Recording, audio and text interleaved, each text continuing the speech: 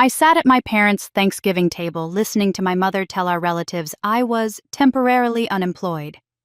My sister Kelsey laughed and added, "Let's be honest, she's been a failure for years." The entire room went silent, their pitying eyes confirming what my family had always believed I was nothing. What they didn't know, I'd been hiding the truth for 5 years. While they assumed I was struggling to find work, I'd actually built a healthcare technology platform that saved thousands of lives across America. I'd revolutionized elderly care, connected isolated patients to life-saving treatments, and changed the future of medicine. But I never told them. I wanted to see who they really were when they thought I had nothing. And tonight they showed me everything. My mother's casual cruelty, my sister's vicious mockery, the relatives' uncomfortable silence. I absorbed every word, every dismissive glance, every patronizing smile. I'd driven 3 hours to be humiliated at my own family's table. Then my father shouted, "Oh my God, everyone look at the TV!" The screen showed the Presidential Medal of Freedom announcement, and there my face stared back from every television in America. The wineglass slipped from my mother's trembling hand. What happened next shattered my family completely. Because when the truth exploded into that room, it didn't just reveal my success, it exposed every lie they'd told, every manipulation they'd hidden, and every dark secret they'd buried for decades. This is the story of how I went from the invisible daughter to the woman who brought an entire toxic family to its knees without saying a single word. My name is Amber Reynolds. I'm 37 years old, and for the past 5 years, I've been the founder and CEO of a healthcare technology platform that's revolutionized how elderly Americans access medical care. But as I drive through the winding autumn roads toward my parents' home in rural Ohio, none of that matters. To them, I'm still just the eldest daughter who never quite measured up. The November air is crisp and golden leaves swirl across the highway like nature's own confetti, celebrating something I can't quite name. My hands grip the steering wheel a little too tightly as familiar landmarks begin appearing through the windshield. There's the old Miller farm with its red barn listing slightly to one side. There's the Methodist church where I sang in the choir every Sunday until I was 18. There's the grocery store where I worked after school while my sister Kelsey got driven home to do whatever she pleased. I've made this drive a dozen times, maybe more, and every single time I tell myself it will be different. That maybe this year they'll see me. Really see me. Not the role they assigned me when I was born, the responsible one. The helper. The one who takes care of things, but the actual person I've become. The responsible one. God, how I've grown to hate those words. I was 5 years old the first time I understood what they meant. Kelsey was barely a year old, crying in her crib while Mom tried to finish cooking dinner. Dad was working late as usual. Mom looked at me with exhausted eyes and said, "Amber, honey, you're the big sister now. Big sisters help. Can you watch your sister for just a few minutes?" Those few minutes turned into hours, then days, then years. By the time I was 10, I was packing Kelsey's lunches, helping her with homework, braiding her hair for school pictures. Mom would smile and tell relatives, "Amber is such a natural caretaker. She's going to make a wonderful mother someday." What she really meant was Amber is useful. And useful people don't get to be tired. They don't get to have bad days or need support or ask for help. They exist to serve to smooth things over, to sacrifice whatever needs sacrificing so everyone else can shine. I learned early that my feelings were inconvenient. When I was 12 and didn't make the soccer team, something I'd practiced for all summer, Mom barely looked up from helping Kelsey with her art project. "That's too bad, honey. Can you start the laundry? I'm really behind today." When I got accepted to 3 universities at 17, the celebration lasted exactly as long as it took to read the letters before Mom started worrying aloud about how we'd afford it and whether I should just stay local to help with Kelsey's college preparation. Every milestone I reached was immediately translated into how it affected everyone else.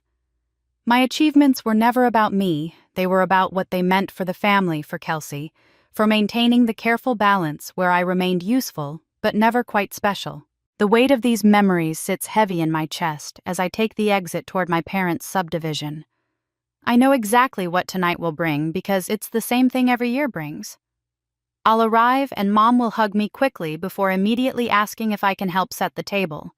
I'll spend 2 hours in the kitchen preparing dishes while Kelsey holds court in the living room, entertaining relatives with stories about her latest promotion or her new apartment or whatever accomplishment she's currently inflating beyond recognition. At dinner, someone will ask what I'm doing these days, and before I can answer, Mom will jump in with some vague explanation that makes me sound perpetually lost. The relatives will nod sympathetically and change the subject. Kelsey will make some cutting remark disguised as sisterly teasing. Everyone will laugh, and I'll smile and take another bite of turkey and pretend it doesn't feel like swallowing glass. Last year, Uncle Mike asked me directly, "So, Amber's still looking for the right career path?" I'd opened my mouth to tell him about the platform I was building, about the beta testing we were running with 300 elderly patients across 5 states, about the partnerships we were forming with major hospital systems. But Mom had interrupted. "She's exploring her options. You know Amber, she's always been a late bloomer." A late bloomer. At 36 years old. I'd looked down at my plate and said nothing. Because what was the point? They'd decided who I was decades ago, and no amount of reality was going to change that narrative. But here's what they don't know, what I've deliberately kept hidden for 5 years. I haven't been exploring my options, or between jobs, or any of the other polite euphemisms my mother uses to describe what she assumes is my failure to launch. I've been building something extraordinary. Something that saved lives. Something that's about to change everything. My platform connects elderly patients in rural and underserved areas with medical specialists through an intuitive interface designed specifically for people with limited technology experience. It coordinates prescription deliveries, schedules, transportation to appointments, monitors vital signs through simple devices, and most critically provides immediate emergency response connection. Last year alone, we facilitated over 15,000 medical consultations that wouldn't have happened otherwise. We prevented hospitalizations. We caught diseases early. We saved lives. And I did it all while my family assumed I was failing. I kept it secret deliberately. I wanted to know who they really were when they thought I had nothing. I wanted to see if their love was conditional on my success, or if they'd value me just for being their daughter, their sister. The answer became clear pretty quickly. But despite everything, despite the years of being overlooked and underestimated and used, some pathetic part of me still hopes. Still wants them to suddenly see me, to recognize that I have value beyond my usefulness. That hope is what brings me back here every year, even though I know better. I pull into the familiar driveway, parking behind Dad's truck. The house looks the same as always. White siding slightly yellowed with age, black shutters, the porch light already glowing in the early evening darkness. Through the front window, I can see movement relatives already arriving, the party already starting without me. I turn off the engine and sit in the sudden silence. My hands are still gripping the steering wheel. I force myself to release them, to take a deep breath, to gather whatever strength I'll need to walk through that door and become invisible again. Just one more Thanksgiving, I tell myself. Just get through one more. I grab my purse and the pie I picked up at the bakery, because of course I'm expected to bring something, and step out into the cold November air. The front door opens before I even reach it, and there's Mom smiling that tight smile she reserves for obligations. "Amber, you're here finally. Come help me in the kitchen, we're running behind." Not, "I'm glad to see you," or "I've missed you," or even "How was your drive?" Just straight to what I can do for her. I force a smile and walk inside, unaware that in less than 2 hours, everything I've carefully hidden will explode into the open, and this family will never be the same again. Mom's whisper comes as I'm still standing in the doorway, before I've even had a chance to set down the pie. She leans in close, her breath warm against my ear, her hand gripping my elbow with surprising firmness. "Remember, don't outshine Kelsey today. She's been having a hard time lately, and I don't want her to feel bad." The words land like a physical blow, knocking the air from my lungs. I'm 37 years old, and yet in this moment I feel exactly like I did at 16, being pulled aside before my high school award ceremony and told to let Kelsey have her moment, even though I'd won 3 academic honors and she'd gotten a participation certificate for showing up to drama club. I nod automatically, the motion so practiced it requires no conscious thought. What else can I do? Argue. Explain that I've spent 5 years deliberately hiding my success specifically to avoid this kind of request. Tell her that I've already made myself so small in this family that I'm practically invisible. Of course, Mom, I hear myself say. And I hate how easily the words come, how trained I am to accommodate, to shrink, to disappear. She pats my arm, satisfied already, turning away to greet Aunt Carol, who's just come through the door with a covered dish. Carol, oh, you brought your famous sweet potato casserole. Come in, come in. I stand there holding my bakery pie, feeling foolish. Mom didn't even look at what I brought. Didn't say thank you. Didn't ask how my drive was or whether I'm doing okay. Just straight to her request, her need, her agenda. And the worst part? The part that makes my chest tight and my eyes sting is that she doesn't even realize she's done anything wrong. This is just how things are, how they've always been. In her mind, she's simply managing family dynamics, keeping the peace, making sure everyone has a nice holiday. She probably thinks she's being a good mother by protecting Kelsey's feelings. It doesn't occur to her that I have feelings too. I make my way to the kitchen, setting the pie on the already crowded counter. The house is filling up quickly now. I can hear Uncle Mike's booming laugh from the living room, Aunt Carol asking about the grandkids' cousins, exchanging hugs and holiday greetings. The familiar sounds of family gathering, of belonging. Sounds that somehow don't include me. I'm arranging the pie among the other desserts when they start arriving in the living room. First, Uncle Mike spots me through the doorway. Amber, there you are, still trying to find your direction. The question is delivered with such genuine sympathy that it's almost worse than if he'd been cruel. He really believes he's being kind, showing interest in the struggling niece who can't seem to get her life together. Something like that. I manage, forcing a smile. Aunt Carol appears next, tilting her head in that way people do when they're about to deliver pity disguised as concern. How are you holding up, sweetheart, still looking for the right opportunity? I'm doing fine, actually. I start to say, but she's already moving on, her attention caught by something in the living room. My answer doesn't really matter. The question was rhetorical, a social pleasantry, not an actual inquiry into my life. Cousin Jennifer is next, giving me a hug that feels more obligatory than warm. Mom told me you're between things right now. That must be so hard. But don't worry, everyone finds their path eventually. Look at my friend Sarah. She didn't figure out what she wanted to do until she was almost 40. I'm 37, I want to say, and I've already figured it out, 5 years ago. But instead, I just nod and smile and let her pat my shoulder like I'm a child who needs reassuring. The pattern continues as more relatives arrive. Each one has apparently been briefed by my mother on my situation. Each one feels compelled to offer some version of the same sympathetic acknowledgement of my presumed failure. Their head tilts and gentle pats and reassuring smiles pile up like small cuts, each one individually bearable but collectively devastating. What's striking is that not one of them actually asks me a direct question about my life. Not what I've been working on, not where I'm living now, not how I'm really doing. They operate entirely on assumption, on whatever narrative my mother has fed them over the phone in the weeks leading up to today.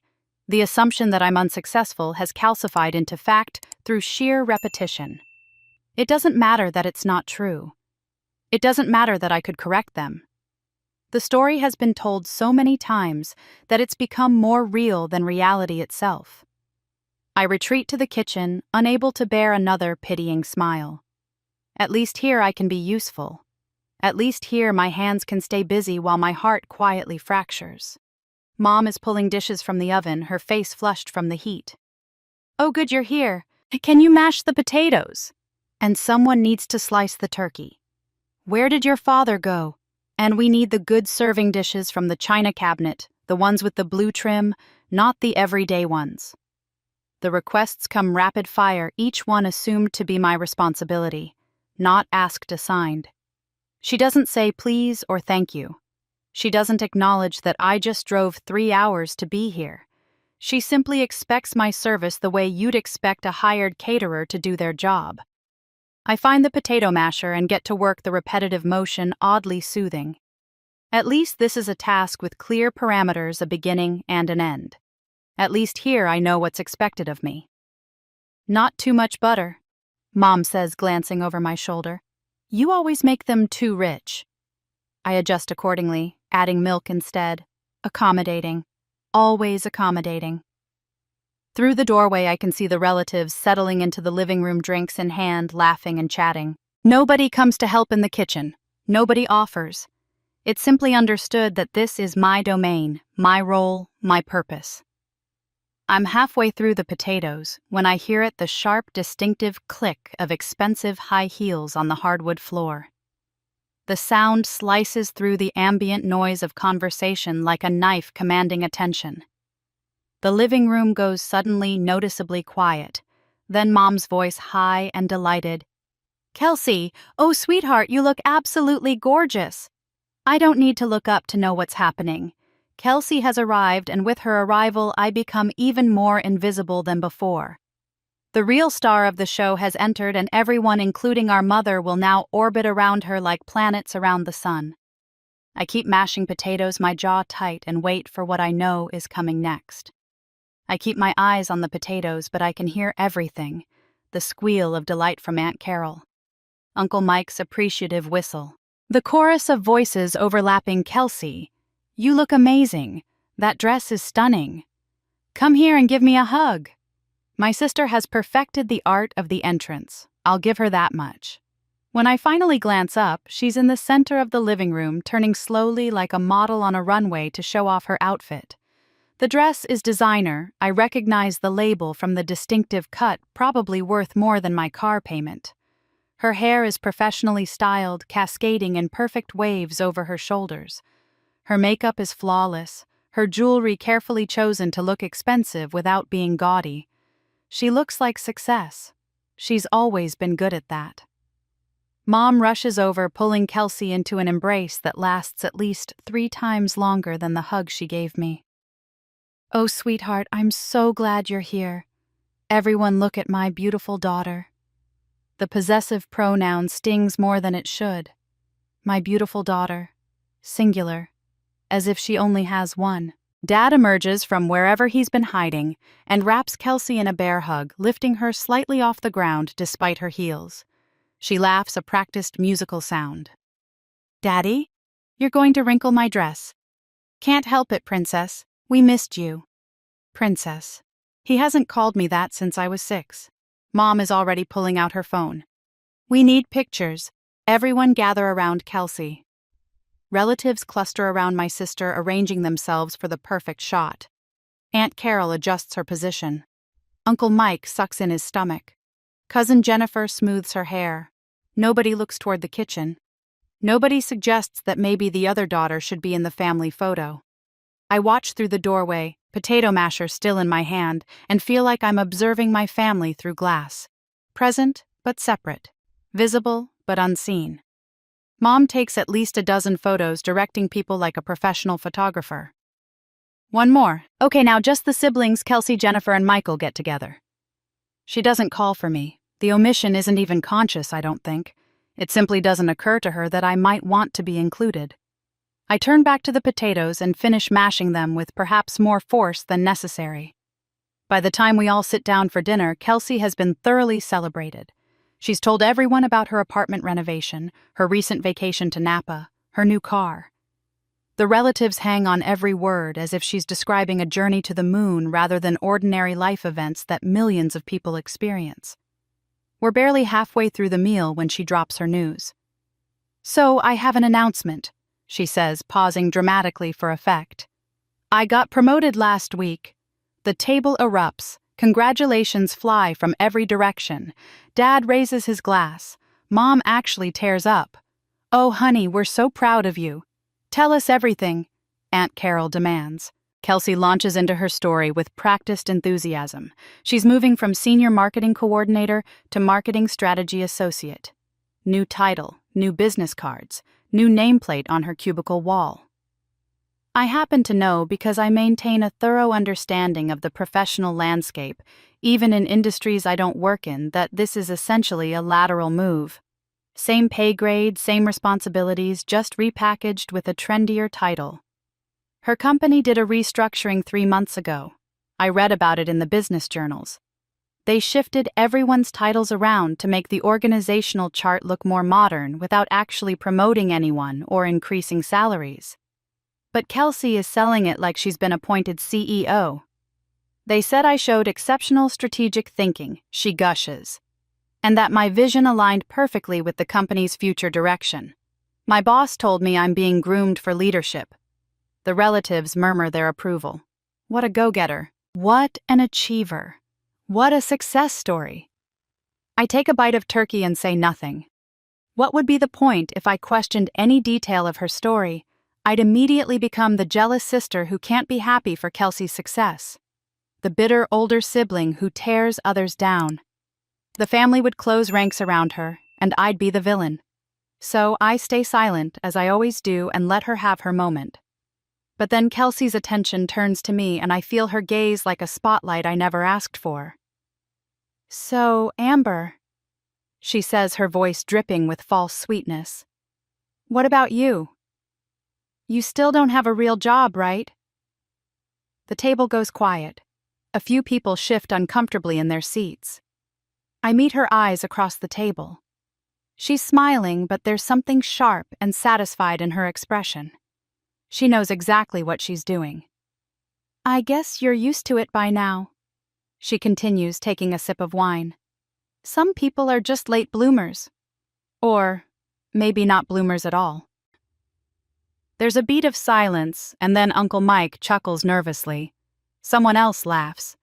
Then a few more join in, treating Kelsey's cruelty as if it's playful sibling banter rather than the calculated strike it actually is. "Kelsey," Dad says mildly, but there's no real reproach in his tone. Just a gentle suggestion that maybe she should be nicer without any actual expectation that she will be. Mom doesn't say anything at all. She's cutting her turkey into precise pieces, eyes on her plate. I force my face into a neutral expression, refusing to give Kelsey the satisfaction of seeing how deeply her words cut. But inside, I'm 18 again, standing in the guidance counselor's office, being told that my full-ride scholarship to MIT had been withdrawn due to concerns about my character and commitment. Concerns that originated from a letter someone sent to the scholarship committee. A letter claiming I'd cheated on my entrance exams, that I'd plagiarized my application essay, that I was dishonest and untrustworthy. The accusations were completely false, but by the time I proved it, the scholarship had been awarded to someone else. The runner-up happened to be a student from a neighboring school district. A student whose older sister had recently graduated from MIT and had connections on the scholarship committee. I never could prove Kelsey sent that letter, but I knew. The specific details mentioned the intimate knowledge of my application, the timing it all pointed to someone with inside access to my life. When I confronted her, she'd looked at me with wide, innocent eyes and said, "Why would I do something like that? I love you, Amber. You're my sister." But I saw the truth in the slight upturn of her lips, the satisfaction in her eyes. She'd destroyed my future to eliminate competition, and she'd gotten away with it. That betrayal changed everything. Instead of MIT, I went to state school. Instead of the connections and opportunities that scholarship would have provided, I had to build everything from scratch alone, fighting for every inch of progress. And yet somehow, I'd still succeeded. Despite her. Despite all of them. But they don't know that. They still see me as the failure, the disappointment, the sister who couldn't measure up. Kelsey leans back in her chair, swirling her wine, looking pleased with herself. Then she raises her glass and everyone follows suit, assuming she's about to offer another toast to herself. Instead, she looks directly at me, her smile razor sharp. "To those who are truly useful to society," she says, her voice clear and carrying. "May they continue to make the world a better place." The implication is crystal clear. She's useful. I'm not. And as glasses clink around the table as people drink to her toast without questioning its underlying cruelty, I feel something inside me shift and harden. They have no idea what's coming. I take a long sip of water, using the moment to compose myself. While conversation resumes around me, my mind drifts away from this dining room, away from Kelsey's smug satisfaction and my mother's willful blindness toward the world I've built in silence over the past 5 years. They think I have nothing. They have no idea. My platform, which I named Care Connect, started as a simple idea during my graduate work in health informatics. I kept noticing the same problem appearing in study after study. Elderly people in rural areas couldn't access specialized medical care. They'd skip appointments because transportation was difficult. They'd let symptoms worsen because getting to a doctor meant a 2-hour drive. They'd end up in emergency rooms with conditions that could have been managed if caught earlier. The technology existed to solve this problem: video conferencing, remote monitoring, digital coordination, but nobody was putting it together in a way that actually worked for elderly users. Every system I examined was designed by young tech developers who assumed everyone was comfortable with apps and interfaces and digital navigation. They'd never considered what it's like to be 78 years old with arthritis and presbyopia, trying to figure out how to unmute yourself on a video call. So I built something different. Something with large buttons and simple language. Something that walked users through every step with voice guidance. Something that connected them not just to doctors but to transportation services, pharmacies, family members, and emergency responders, all in one integrated system. It took 2 years to develop the prototype, another year to pilot it with 300 volunteers across 5 states. Then the pandemic hit, and suddenly what I'd built went from interesting innovation to essential service. Elderly people were isolated, terrified, unable to risk exposure by going to medical appointments. My platform became a lifeline. We scaled fast. Within 18 months, we were serving over 50,000 patients across 32 states. Rural clinics partnered with us. Major hospital systems integrated our technology into their telemedicine programs. Insurance companies started covering it because we were preventing expensive emergency room visits and hospitalizations. Last month, we facilitated our 1,000,000th medical consultation. 1 million times an elderly person who might otherwise have suffered alone instead received care. 1 million conversations between patients and providers that wouldn't have happened without what I built. The letters started arriving about 6 months into our expansion. Handwritten notes on floral stationery emails with subject lines like, "Thank you for saving my life." Cards with photos of grandchildren tucked inside. They come from every corner of the country, from people my family will never meet telling stories my family will never hear. Dorothy from Montana wrote that she was having chest pains and lived 45 miles from the nearest hospital. She used Care Connect to video call a cardiologist who recognized the symptoms of an impending heart attack and dispatched emergency services immediately. The EMTs arrived in time. She survived. She's now seen her grandson graduate from high school, something she wouldn't have lived to witness without intervention. Robert from rural Mississippi needs dialysis 3 times a week. Before Care Connect, coordinating transportation, confirming appointments, and managing his complex medication schedule fell entirely on his daughter, who had to take off work constantly. Now the system handles it all, sending him reminders, arranging rides, alerting his daughter only when something needs her attention. He wrote to tell me his daughter cried with relief when she realized she could keep her job and still take care of him. Margaret from Kansas was diagnosed with breast cancer. She lives in a town of 800 people, 4 hours from the nearest oncology center. Through Care Connect, she video conferenced with specialists, had her chemotherapy administered locally under remote supervision, and monitored her recovery through devices that tracked her vitals and sent automatic alerts if anything looked concerning. She just celebrated 2 years cancer-free. She sent me a photo of herself with her 3 grandchildren, all holding signs that said, "Thank you, Amber."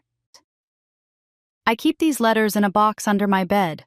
On nights when self-doubt creeps in, when I wonder if any of this matters, I read them. These stories, not my family's approval, are what keep me going. These people see my worth, even if the people who raised me never will. The irony isn't lost on me. I've spent my entire life trying to earn recognition from people who will never give it, while thousands of strangers across the country are grateful for my existence. Major publications have reached out repeatedly asking to profile me. TED wanted me to give a talk. Healthcare conferences invited me to keynote. The Surgeon General's office asked me to consult on elderly care policy. I declined everything. I didn't want the attention. I wanted the work to speak for itself.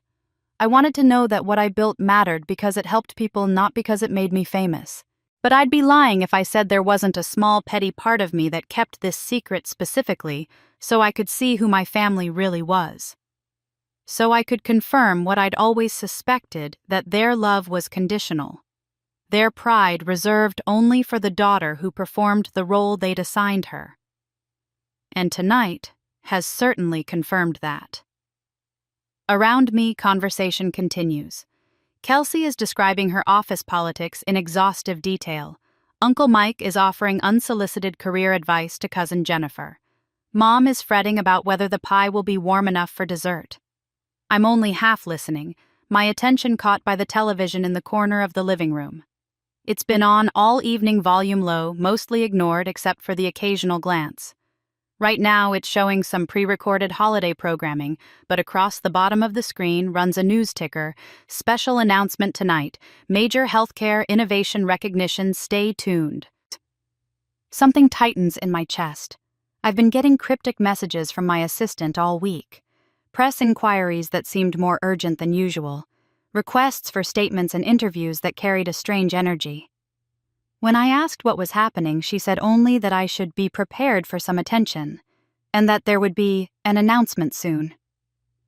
I'd assumed it was another article or award, something I'd politely decline, as I always do. But that ticker on the screen feels different. The timing feels orchestrated in a way I can't quite explain. Like somewhere, somehow, the universe has been setting pieces in motion that are about to converge in this dining room on this night with these people who've spent decades making me feel worthless.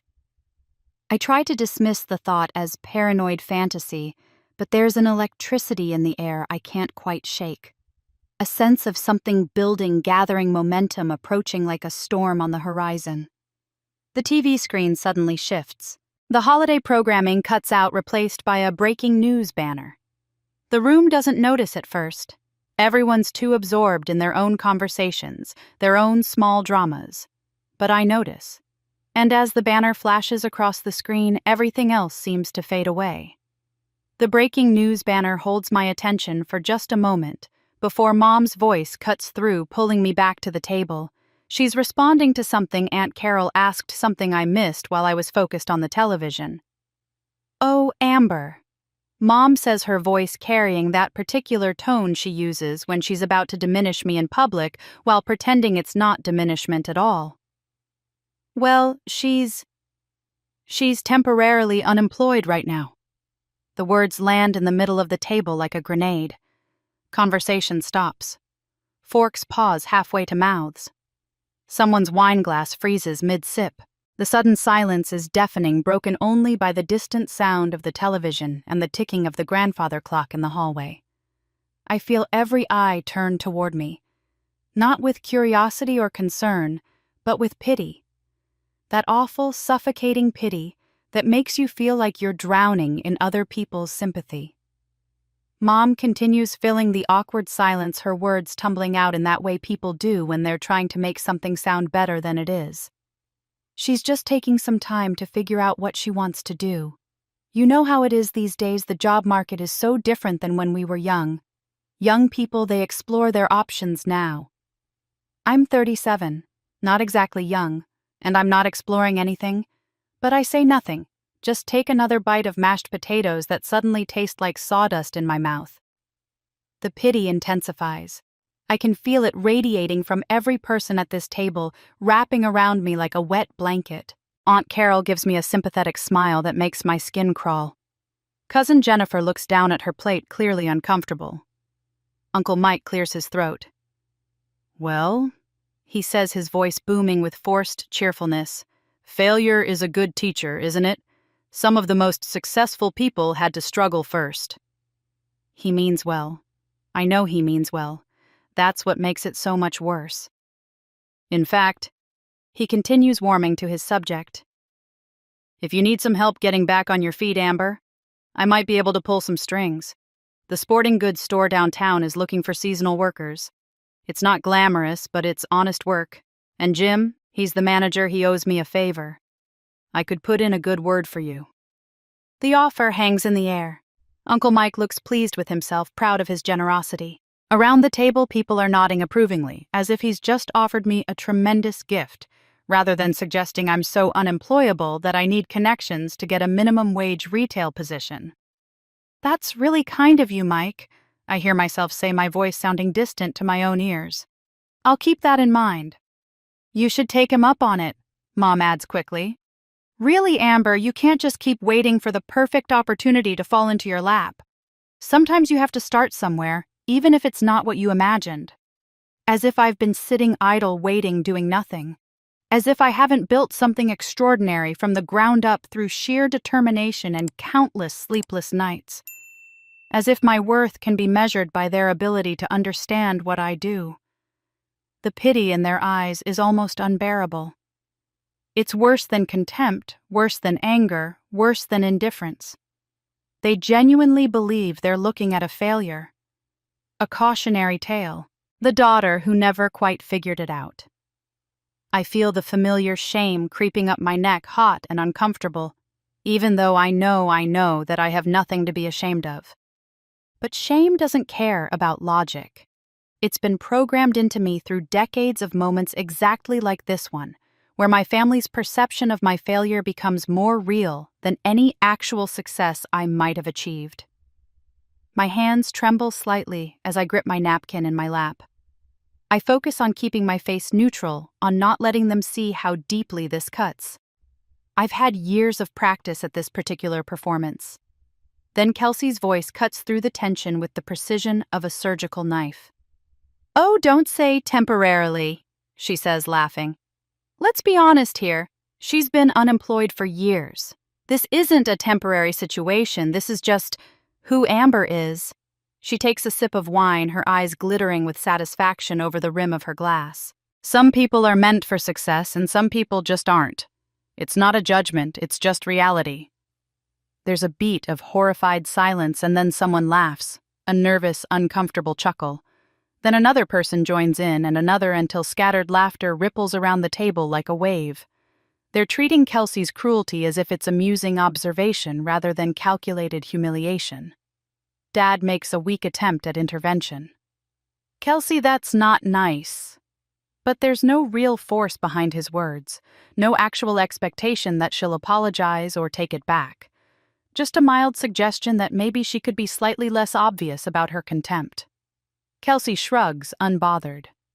I'm just being honest. Someone has to be. The laughter dies down, but the damage is done.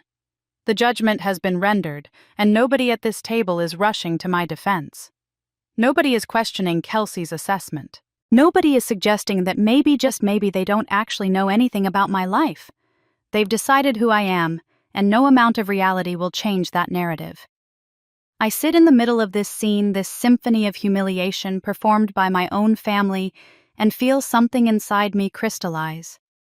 All the pain, all the years of being diminished and dismissed and treated as lesser, all of it hardens into something cold and clear. My hands have stopped trembling. The shame is still there, but underneath it now is something else. Something that feels almost like satisfaction. Because they have no idea. They're all sitting here so smug, so certain, so completely wrong. I think about the email I received 3 weeks ago, the one with the White House letterhead, the one informing me that I've been selected to receive the Presidential Medal of Freedom for revolutionizing healthcare access for America's elderly population, the one asking me to keep it confidential until tonight's official announcement. A small, cold smile touches my lips. I can't help it. Kelsey notices. What's that smile for finding humor in your own failure? I'm about to respond, I'm not sure what I would have said when Dad's voice suddenly explodes from the head of the table. "Oh my God!" He's staring at the television, his face gone pale. "Everyone look at the TV, now." Every head whips toward the living room where the television screen is now showing something that makes my heart start pounding. The breaking news isn't just breaking anymore. It's about to shatter everything. The White House seal fills the television screen, presidential and unmistakable. The news anchor's voice cuts through our dining room with crystal clarity, and suddenly, every sound in the house seems to stop. Even the grandfather clock seems to hold its breath. "We're interrupting our regular programming for a special announcement from the White House," the anchor says, her tone weighted with significance. "Tonight, we're honored to share this year's Presidential Medal of Freedom recipients, America's highest civilian honor." I watch my family scramble to process what they're hearing. Uncle Mike actually stands up to get a better view. Mom's hand flies to her chest. Kelsey's smirk falters, confusion creeping into her expression. The anchor continues. "This year's Medal of Freedom for Healthcare Innovation goes to the person who has fundamentally transformed how America cares for its elderly population, particularly those in underserved and rural communities." The screen changes.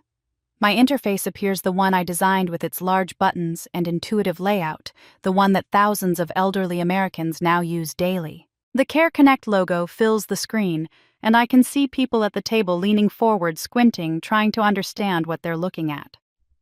"This groundbreaking platform," the anchor explains, "has facilitated over 1 million medical consultations, preventing countless emergency room visits, and saving an estimated 3,000 lives in rural America alone.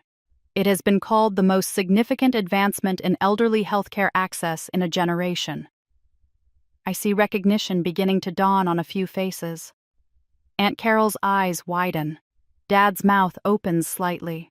But most of them still look confused, still trying to connect what they're seeing on screen to anything they know about their world. The anchor's voice drops into a more intimate register, the kind reserved for stories of genuine human impact. "Tonight, we honor the woman whose quiet innovation has given thousands of elderly Americans the gift of dignity, independence, and, in many cases, life itself." Then my face appears on the screen. It's my official photo, the one I took last month when the White House insisted they needed professional images for the announcement. I'm wearing a navy suit, my hair pulled back, my expression serious but warm. Beneath the photo, my name appears in white letters: Amber Reynolds, founder and CEO, Care Connect Health Systems. "Amber Reynolds," the anchor says, and hearing my name from the television in my parents' living room feels surreal, like two universes colliding. A 37-year-old healthcare technology innovator from Ohio who saw a problem others ignored and spent 5 years building a solution that has revolutionized elderly care across America. The room plunges into absolute silence. It's the kind of silence that has weight, that presses down on everything, that makes the air feel thick and hard to breathe. Nobody moves. Nobody speaks. For a moment, I wonder if time itself has stopped. Then slowly, every head in the room turns away from the television toward me. I sit perfectly still, my hands folded in my lap, my expression calm. I've had 3 weeks to prepare for this moment, 3 weeks to imagine exactly how it would feel. But nothing could have truly prepared me for the reality of watching my family's entire understanding of who I am shatter in real time. Uncle Mike's face has gone slack with shock. Aunt Carol's hand covers her mouth. Cousin Jennifer looks like she's trying to solve a complex math problem in her head, attempting to reconcile the woman on the television with the unemployed niece sitting at the table. Mom's face has gone completely white. Her wine glass trembles visibly in her hand, the red liquid sloshing dangerously close to the rim. She's staring at me like she's never seen me before, like I'm a stranger who somehow infiltrated her family dinner. Dad's eyes are wide, his face cycling through emotions too quickly for me to track. Shock, confusion, and something that might be pride or might be horror at what they've all just said to me in the minutes before this revelation. But it's Kelsey's face that holds my attention. all the smug satisfaction has drained away, leaving her pale and frozen. Her mouth is slightly open, her eyes darting between the television and me, as if checking repeatedly to make sure they're showing the same person. The sister she just mocked for being unemployed for years is being honored by the President of the United States. The television continues, oblivious to the destruction it's causing in this dining room. Ms. Reynolds has been described by colleagues as brilliant, compassionate, and uncommonly dedicated to serving those who are often overlooked by our healthcare system. In a statement, the Surgeon General called her work not just innovative, but life-saving. Still, nobody in my family speaks. They're all looking at me now, really looking at me, perhaps for the first time in decades. The woman they dismissed, the daughter, they pitied the sister, they mocked. And I'm none of those things. I never was. I could say something. I could break this silence, offer some explanation, make this easier for them somehow. But I don't.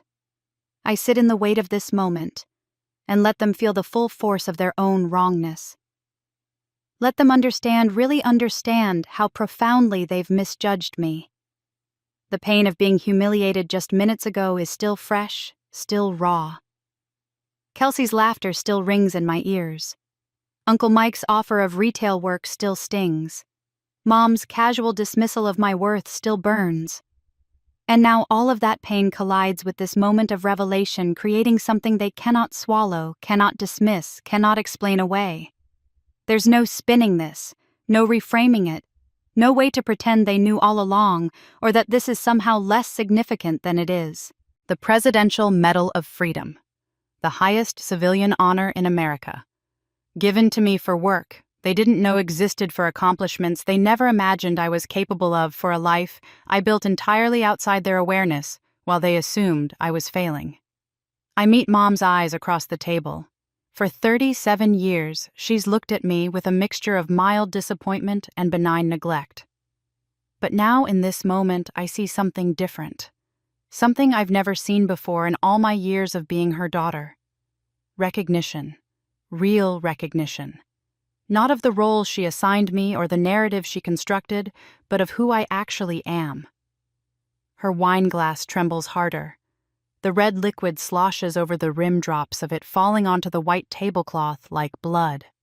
On the television, they're showing footage of elderly patients using my platform testimonials from families whose lives were changed. An old man in Montana waves at the camera. A grandmother in Mississippi smiles while video calling her doctor. A widower in Kansas holds up a photo of his late wife and mouths, "Thank you." These are the people who know my worth, who see me clearly, who understand what I've built and why it matters. My family has never been part of that group, and in this moment, watching them struggle to comprehend the vast gap between who they thought I was and who I actually am, I feel something shift inside me. The wine glass slips from Mom's hand. It falls in slow motion, tumbling through the air, catching the light from the chandelier. Then it hits the hardwood floor and explodes into 1,000 glittering pieces, red wine splashing across the floor like punctuation at the end of a very long, very painful sentence. The crash echoes through the silent room, and still nobody speaks. The shattered glass glitters on the floor like scattered diamonds, and in the silence that follows, Mom's voice comes out as barely a whisper. "That can't be." She's shaking her head slowly, still staring at the television where my face remains on the screen alongside details about the medal ceremony scheduled for next month. That's not our Amber." The words hit me like a physical blow, somehow worse than all the insults that came before. Because this isn't just dismissal or diminishment. This is complete denial of my existence as a separate, capable person. She would literally rather believe the television is showing the wrong person than accept that her daughter, the one she's spent decades treating as an afterthought, could accomplish something this extraordinary. "Linda," Dad says quietly, but Mom isn't listening. "There must be some mistake." She continues, her voice gaining strength as she grasps onto this theory. "Maybe it's someone with the same name, or maybe they've got the wrong photo. Things like this happen all the time, technical errors." "Mom." The word comes out harder than I intended. It's me. She looks at me, then really looks at me, and I can see her mind working frantically to reconcile the daughter she thought she knew with the woman on the television screen. The cognitive dissonance is written across every feature of her face. Her eyebrows draw together. Her mouth opens and closes. Her hands flutter uselessly in the air. "But you don't even have a job," she says finally, and the statement is so absurd given what we've all just witnessed that it would be funny if it weren't so deeply, profoundly sad. "I have a job, Mom. I've had one for 5 years. I built a company, from nothing, while you all assumed I was failing." The television is still talking now, showing statistics about how many lives CareConnect has impacted, how many rural communities now have access to specialized care they never had before. The evidence is overwhelming, undeniable, right there in front of all of them. But Mom is still shaking her head, still resisting, still clinging to the version of me she's constructed in her mind, because accepting the truth would mean acknowledging how wrong she's been, how blind, how utterly she's failed to see her own daughter. Kelsey suddenly lurches to her feet, her chair scraping loudly against the floor. Her face has gone from pale to flushed, a deep crimson spreading up her neck and across her cheeks. She points at the television with a trembling finger. "No," she says, her voice too loud, too sharp. "No, this is... She must be a representative or something. A spokesperson. They probably just put her face on it because she works there in some capacity, but she can't be the founder. That's not possible." I watch her scramble, watch her try to find some explanation that preserves the hierarchy we've all lived under for so long. The hierarchy where she's the successful one, the golden child, the daughter worth celebrating. Where I'm the shadow, the helper, the one who exists to make everyone else's lives easier. "Kelsey," Aunt Carol says gently, but Kelsey whirls on her. "You don't understand. She can't be. She doesn't." Her voice is rising with each word climbing toward hysteria. "My sister doesn't do things like this. She's not the type of person who wins presidential awards. She's just Amber. Just Amber. As if my name itself is synonymous with mediocrity. Maybe we should all calm down and..." Uncle Mike starts, but Kelsey cuts him off. "I just got promoted." Her voice cracks on the last word. "I worked so hard and everyone was celebrating, and now suddenly she's..." She gestures wildly at the television, unable to even finish the sentence. "This doesn't make sense. The successful sister is supposed to be me. That's how it's always been." The raw honesty of it stuns everyone into silence. She's said out loud what everyone was thinking, made explicit the unspoken family dynamics that have governed our entire lives. The room shifts uncomfortably, relatives looking away, embarrassed by the naked jealousy and panic in her voice. But I understand something in this moment that I've never fully grasped before. Kelsey isn't just cruel. She's terrified. Terrified of losing the only identity she's ever had, the only role that gave her value in this family. If I'm not the failure, then who is she? If I can succeed without their approval or support, what does that say about her carefully cultivated image of superiority? "The announcement is real, Kelsey," I say quietly. "I built CareConnect. I run it. And yes, I'm receiving the Presidential Medal of Freedom next month." She stares at me, her chest heaving, tears gathering in her eyes. For a moment, I think she might say something, apologize or congratulate me or acknowledge the years of cruelty. But she just stands there frozen as everything she thought she knew crumbles around her. Dad has been silent through all of this, but now he moves. He stands slowly, his chair scraping back, and walks around the table toward me. His hands are trembling as he reaches out, placing them on my shoulders with a gentleness I haven't felt from him in years. I look up at him and see tears in his eyes. Real tears. His mouth opens, closes, opens again. He's trying to find words for something that has no words. How do you apologize for decades of not seeing someone? How do you express remorse for treating your own daughter like she was invisible? "Amber," he says, his voice rough. I didn't. We didn't. His hands tighten on my shoulders, and I can feel him gathering himself, preparing to say something important, something that might actually matter. Around us, the family has gone quiet, watching this moment unfold. Even Kelsey has stopped her desperate denials, standing frozen beside her chair. Dad takes a breath, his eyes locked on mine, and I can see him wrestling with every instance of dismissal, every time he stood by while Mom diminished me, every moment he chose peace over protecting his daughter. He begins. And then the knocking starts. It's not a polite knock, not a friendly neighbor dropping by. It's authoritative, commanding, the kind of knock that demands attention. 3 sharp raps that echo through the house like gunshots, cutting through the tension in the dining room and replacing it with something else entirely. Everyone freezes. Dad's hands slip from my shoulders. All heads turn toward the front door. The knocking comes again, more insistent this time. Loud enough that it's clear whoever is out there isn't going away. "Who on earth?" Mom starts, but her voice trails off. "I already know. I've been expecting this, actually. The White House gave me a heads up that there might be media interest immediately following the announcement. They offered to send someone to help manage it, but I declined, thinking I'd have time to get home to my own apartment first. I didn't account for being at my parents' house. Didn't think about how the press would track me here." The knocking comes a 3rd time, and now I can hear voices outside. Multiple voices. The sound of equipment being moved around. Someone's phone ringing. Dad walks to the window and pulls back the curtain. His face goes even paler than it was before. "Linda," he says, his voice strangled. "There are news vans in our driveway. Multiple news vans. And cameras. And people. So many people." The reality of what's happening finally seems to penetrate Mom's denial. She looks at me, then at the television still displaying information about my award, then toward the front door where the knocking has become nearly constant. "Amber," she whispers, "what have you done?" And despite everything, despite the pain and the years of dismissal and the humiliation I just endured, I almost laugh. Because even now, even with undeniable proof of my success displayed on national television, she's framing this as something I've done wrong.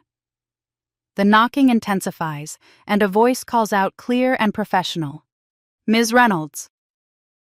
"This is Channel 7 News. We'd love to speak with you about your incredible achievement."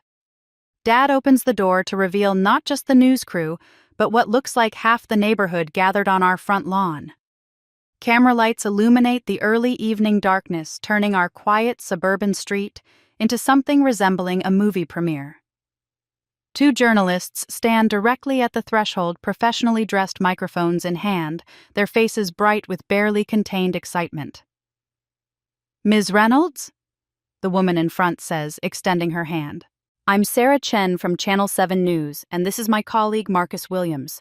We've been trying to reach you all afternoon. We're hoping you might spare a few minutes for an interview about your extraordinary achievement." Behind me, I hear someone gasp. Probably Mom, still trying to process that this is actually happening, that the failure daughter she was pitying 20 minutes ago is now being pursued by television journalists. "The entire nation is talking about you tonight," Marcus adds, his voice warm with genuine admiration. "Your story is trending on every social media platform. People want to know about the woman who's been quietly changing lives while asking for nothing in return." The reverence in their voices is something I've never heard from my family. These strangers treat me with more respect in 30 seconds than my own mother has shown in 37 years. The contrast is so stark it's almost painful. I appreciate that I say finding my professional voice, the one I use in board meetings and investor calls, but I'm actually in the middle of a family dinner. Perhaps we could arrange something for tomorrow. "Of course, absolutely," Sarah says immediately, but she's already pulling out her card. "We understand completely. Though I should mention you're the lead story on every network tonight. CNN, MSNBC, Fox, all of them. The White House announcement has captured the nation's attention in a way we haven't seen in years." I take her card, acutely aware of my family crowded behind me in the hallway, listening to every word. I can feel their confusion radiating like heat. Marcus leans in slightly. People are calling you a hero, Ms. Reynolds, especially elderly Americans and their families. The response has been overwhelming. Movement outside catches my attention. More people are arriving, not just journalists, but neighbors. I recognize Mrs. Patterson from 3 houses down the Johnsons from across the street. Old Mr. Chen, who's lived at the end of the block for 40 years. They're gathering on the lawn, many of them holding cell phones up, trying to get photos or video. "Amber!" a voice calls from the crowd, wavering and elderly. "Is that you, sweetheart?" An old woman pushes through the journalists, and I recognize her immediately, even though I haven't seen her in years. Mrs. Wilson, Mom's longtime friend and neighbor. She must be nearly 80 now, her face deeply lined. Her movements slow but determined. "Mrs. Wilson," I say, stepping out onto the porch. "How are you?" She reaches me and grabs both my hands, her grip surprisingly strong. Her eyes are bright with tears. "I didn't know," she says, her voice breaking. "All this time I didn't know it was you." "Didn't know what? That you created Care Connect?" She's crying openly now. "Last spring I had some chest pains. George was already gone. Kids live out of state and I was alone. I used that app, your app, and within minutes I was talking to a cardiologist. He saw something on the scan, something the emergency room had missed 6 months earlier, early-stage cancer." She reaches up and touches my face, the gesture so maternal it makes my throat tight. "They caught it because of you, because of what you built. I've been cancer-free for 5 months now. I got to see my grandson graduate from college last week." Tears stream down her weathered cheeks. "You gave me 2 more years of life, maybe more. You gave me time with my grandchildren. How do I even thank you for that?" The crowd has gone quiet, listening. I can hear cameras clicking, see phone lights recording. But all I can focus on is this woman's face, the genuine gratitude shining through her tears. "I'm just glad you're okay, Mrs. Wilson," I manage to say, my own voice unsteady. Behind me, I hear Mom make a small, choked sound. I glance back and see her standing in the doorway watching this exchange, her face a mask of confusion, and something that might be dawning realization. Mrs. Wilson is her friend. They've had coffee together every Thursday for 20 years, and she's just learning that Amber, invisible, unemployed Amber, saved her friend's life. The neighbors are murmuring now, pressing closer, pulling out their phones. "Can I get a photo?" someone asks. "My mother uses your platform," another voice calls. "You're amazing," someone else shouts. "The journalists are taking it all in, cameras rolling, capturing everything.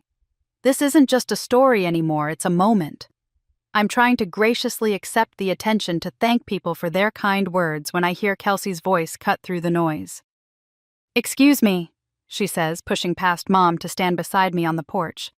"I'm Amber's sister, Kelsey Reynolds. I can speak to the press about her work. We've always been very close, and I've supported her throughout this entire journey." The lie is so blatant, so shameless, that for a moment I can't even process it. She was mocking me 15 minutes ago. Now she's claiming credit for supporting me. Sarah Chen turns to Kelsey with polite confusion. "That's wonderful, but we're really hoping to speak with Ms. Reynolds herself. Her personal perspective is what our viewers want to hear." "Yes, but as her sister, I can provide insight into—" Kelsey tries again, her voice rising slightly. "We appreciate that." Marcus interrupts, his tone professional but firm. "But Ms. Reynolds is the story here. Perhaps another time." He's already turned back to me, effectively dismissing Kelsey. It's polite, professional, but absolutely clear. They have no interest in her. She's not relevant to this story. I watch Kelsey's face as she processes this public dismissal. This is what I've experienced my entire life, being overlooked, being deemed unimportant, being treated as if my presence doesn't matter. But she's never felt it before. She's always been the center of attention, the one everyone wants to hear from. She steps back, her face flushing deep red, and I see something crumble in her expression. For the first time, she's experiencing what it feels like to be invisible. Ms. Reynolds, Sarah is saying, would you at least consider a brief statement for our viewers? Just a few words about what this honor means to you. My phone vibrates insistently in my pocket. I pull it out and see my assistant's name flashing on the screen. She's calling, not texting, which means something important is happening. I'm sorry. I say to the journalists, I need to take this call. If you leave your information, my assistant will coordinate something for tomorrow. I step back into the house, putting the phone to my ear as I close the door on the chaos outside. My family is clustered in the hallway, all of them staring at me like I've transformed into someone they don't recognize. Julia, I say into the phone, what's going on? Amber. Her voice is tight with urgency. You need to hear this immediately. The response to the announcement has been massive beyond anything we anticipated. But there's something else. Something you need to know about right now. Through the window, I can see more cars pulling up, more people gathering. The quiet Thanksgiving evening has turned into something else entirely. What is it? I ask. Behind me, my family waits in silence, and for once, they're the ones who are invisible. I slip through the kitchen and out the back door, desperate for air and space away from the chaos erupting in the front of the house. The November cold hits my face, sharp and clarifying. I can still hear the commotion from the street, voices, car doors, the mechanical whir of camera equipment, but back here in the darkness of the yard, I can finally breathe. Julia, I say into the phone, leaning against the porch railing. Talk to me. Okay, so first, congratulations are flooding in from everywhere. Her voice is rushed, excited the way it gets when she's trying to process too much information at once. Our contact form crashed twice. The server hosting our email is buckling under the volume. I've counted messages from 3 governors the Surgeon General's office called directly, and Senator Martinez from the Healthcare Committee sent a handwritten letter by courier asking if you'd consider testifying before Congress about expanding rural healthcare access. I close my eyes, letting this sink in. Senator Martinez chairs one of the most powerful committees in Washington. A month ago, getting her attention would have been a strategic goal. Now she's reaching out to me. That's not all, Julia continues. CNN wants you for their morning show. Good Morning America called. The Today Show. 60 Minutes wants to do a full profile. The New York Times, Washington Post, Wall Street Journal all requesting interviews. And that's just the media. We're getting partnership proposals from major hospital systems, investment inquiries from venture capital firms, and about 50 different healthcare organizations want you to keynote their conferences. The scale of it is dizzying. I knew the medal would bring attention, but this is beyond anything I'd anticipated. This isn't just recognition, this is a complete shift in the landscape of my professional life. There's also been a massive surge in platform signups, Julia adds. We've had over 10,000 new patient registrations in the last 2 hours. Rural clinics are reaching out wanting to partner with us. This is going to change everything, Amber. I should feel triumphant. This is validation beyond my wildest dreams. Confirmation that the work I've poured my life into matters on a national scale. But instead, I feel a knot of anxiety tightening in my chest. What else? I ask because I can hear the hesitation in Julia's voice. There's a pause. Your family is being interviewed, like right now. I'm watching a live stream from one of the news stations at your parents' house. My stomach drops. What are they saying? Your mother is talking about how proud she's always been of you, how she knew from the time you were young that you were special, that you'd do great things. She's telling this whole story about encouraging you to pursue your dreams, about how the family has always supported your ambitions. The audacity of it steals my breath. 20 minutes ago, she was explaining to relatives that I was temporarily unemployed. Now she's claiming she's been my champion all along. Your sister is there too, Julia continues. She's talking about growing up with you, saying she's always admired your dedication and vision. She's calling herself your biggest supporter and saying the family has been integral to your success. I laugh, but there's no humor in it, just a sharp, bitter sound that cuts through the cold air. They're rewriting history, I say flatly.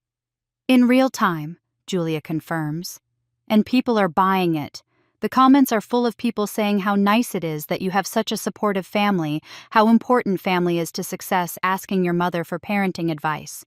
Your sister has gained 3,000 Instagram followers in the last hour. Of course she has.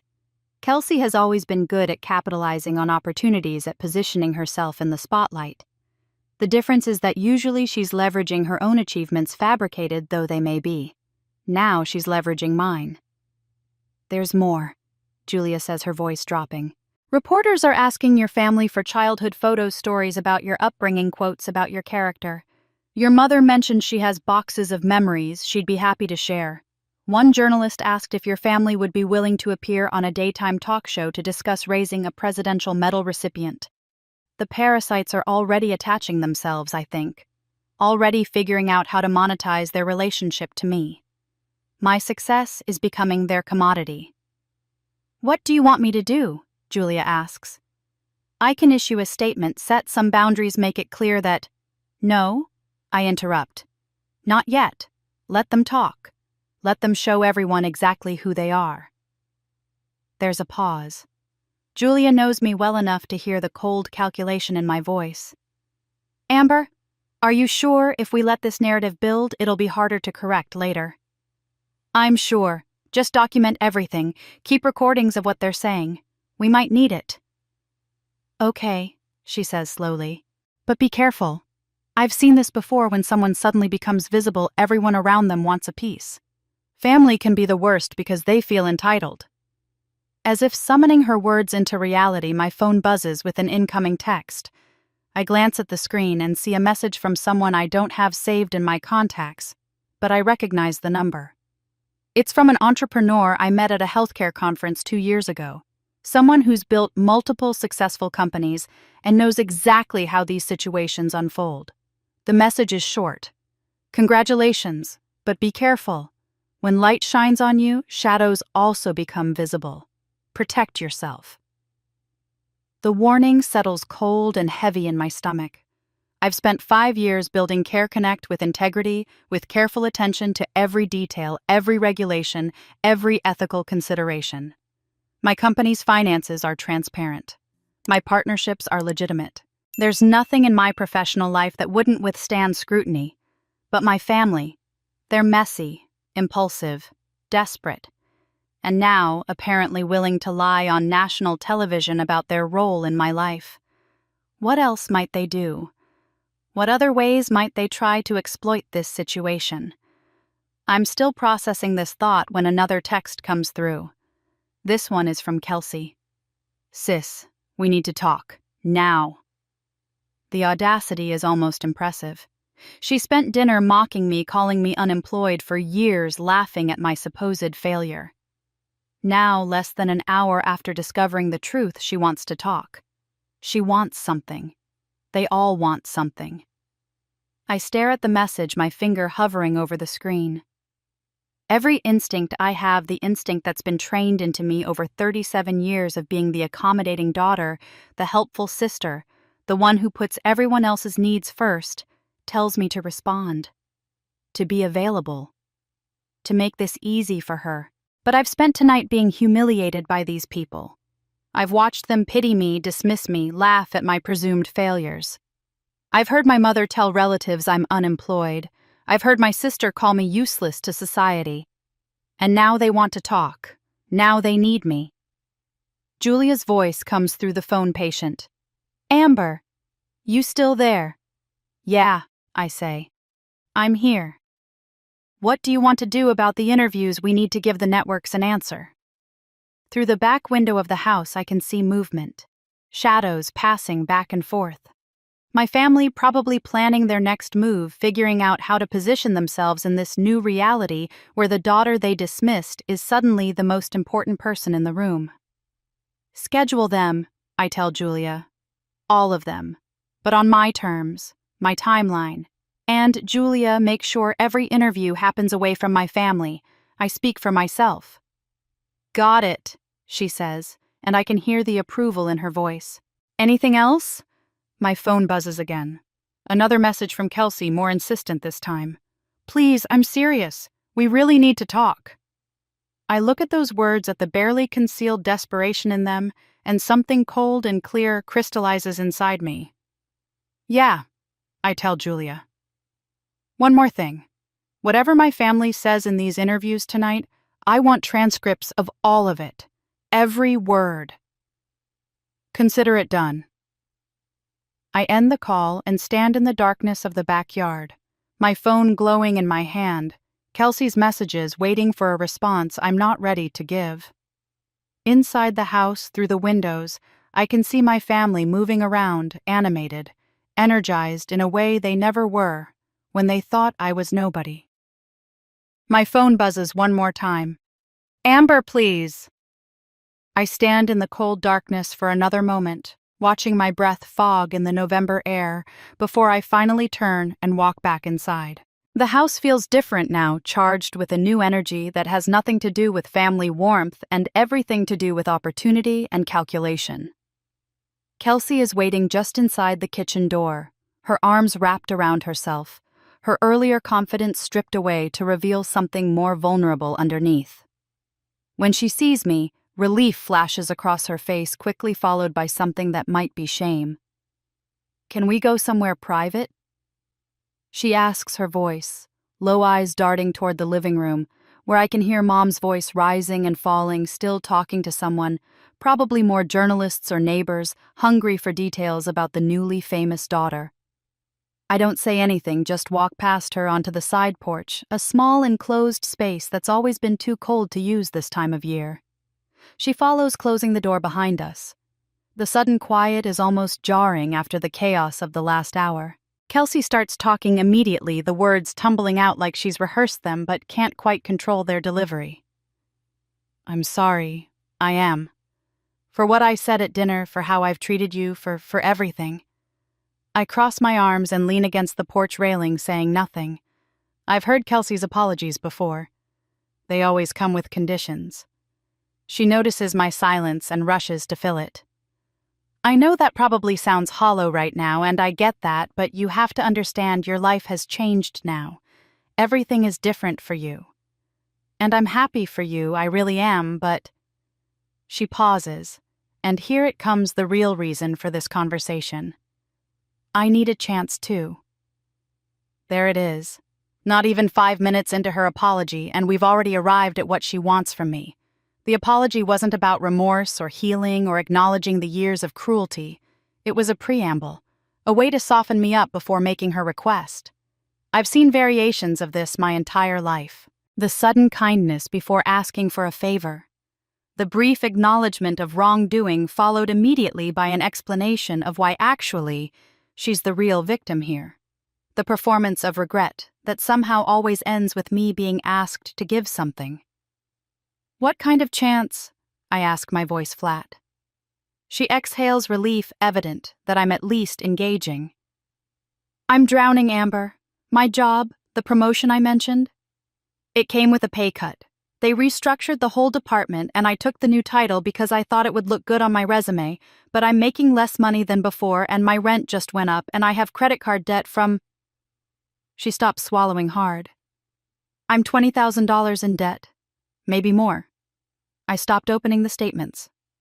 I watch her face as she talks, seeing the genuine distress there beneath the manipulation. And despite everything, despite the years of cruelty and the humiliation I endured just an hour ago, I feel something soften slightly. Not forgiveness, not yet, maybe not ever, but a recognition that Kelsey is also a product of the same dysfunctional family that shaped me. Mom calls me every week. Kelsey continues, her voice dropping. She asks about my job, my life, my achievements, but it's never enough. Every conversation somehow circles back to how I need to do better, be better, achieve more. She tells me about her friends' daughters who make more money, have better titles, married successful men. She's never satisfied with anything I do. Her voice cracks on the last word, and I see tears gathering in her eyes. Real tears, not the performative kind she's used before to get what she wants. The golden child role came with a cage, too, I say quietly, and she looks up at me, startled that I understand. Yes, she whispers. I've spent my whole life trying to live up to being the favorite, and I'm failing at that too. At least when you were the disappointment, I was the success. Now she gestures helplessly. You've actually succeeded, really succeeded, and I'm still just pretending. For the first time, I see my sister clearly, not as the villain of my story, but as another casualty of our mother's inability to love either of us properly. She got favor instead of love, attention instead of acceptance, and that hollow victory has left her just as damaged as my neglect left me. But understanding her pain doesn't erase mine. So you want money, I state. I want a chance, she corrects, but we both know it means the same thing. Maybe I could work for your company, or you could connect me with Kelsey. She stops, hearing something in my tone. Tonight at dinner, you called me unemployed. You laughed about my failure. You toasted to people who are useful to society while looking directly at me. That was 45 minutes ago. She flinches. I know. I was awful. But I didn't know. And that makes it better. That you only treated me like garbage because you thought I couldn't fight back, because you believed I was actually failing. No, she says quickly. No, that's not. She stops, seeming to realize there's no good answer to that question. I let the silence stretch between us, cold and uncomfortable. Finally, she speaks again, her voice barely above a whisper. Mom and Dad are deeply in debt too. Did you know that? Something in my chest tightens. How much? I don't know exactly, but it's bad. Really bad. Dad's been taking money from his retirement account. They refinanced the house twice. There's a home equity loan. I think they might lose this place. She looks at me directly. They're planning to ask you to pay everything. They're just waiting for you to calm down first for the initial shock to wear off. They think if they give you a few days, you'll be in a better mood to help. The pieces click into place with sickening clarity. The way Mom barely reacted to my arrival. The strange energy in the house, even before the announcement. They knew this was coming. The White House must have contacted them for background information, must have told them about the medal weeks ago. They've had time to process, time to plan. This whole dinner wasn't about family gathering for Thanksgiving. It was a setup. They needed me here in person when the announcement went public. Easier to ask for money face-to-face than over the phone. Easier to manipulate through guilt and family obligation when I'm sitting at their table. How long have they known, I ask, about the medal? Mom got a call 3 weeks ago. She made me promise not to tell you. 3 weeks. They've known for 3 weeks that I was about to receive one of the nation's highest honors, and they said nothing. Did nothing. Just waited for the public announcement so they could position themselves to benefit. The betrayal cuts deeper than I expected. Some part of me, despite everything, still hoped that when they finally learned the truth about my success, there would be genuine pride, genuine recognition. Instead, their first thought was how to exploit it. They told reporters tonight that they've always supported you, Kelsey adds.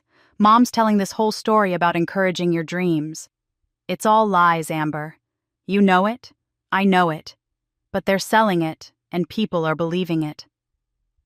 I think about the transcripts Julia is collecting, the documentation of every false claim they're making. Evidence I might need later. Kelsey shifts her weight, wrapping her arms tighter around herself against the cold. I know I have no right to ask you for anything.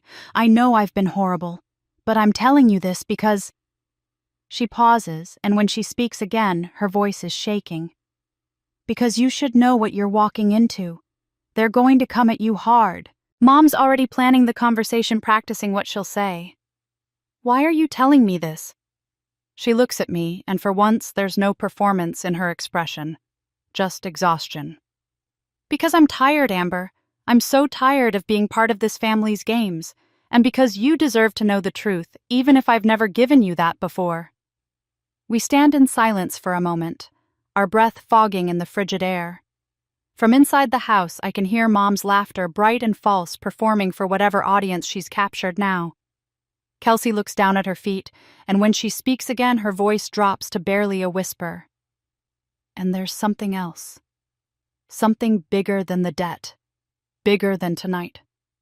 Mom hid a very big secret from you. Something that happened a long time ago. Every nerve in my body goes on alert. What secret? She lifts her eyes to meet mine, and I see genuine fear there.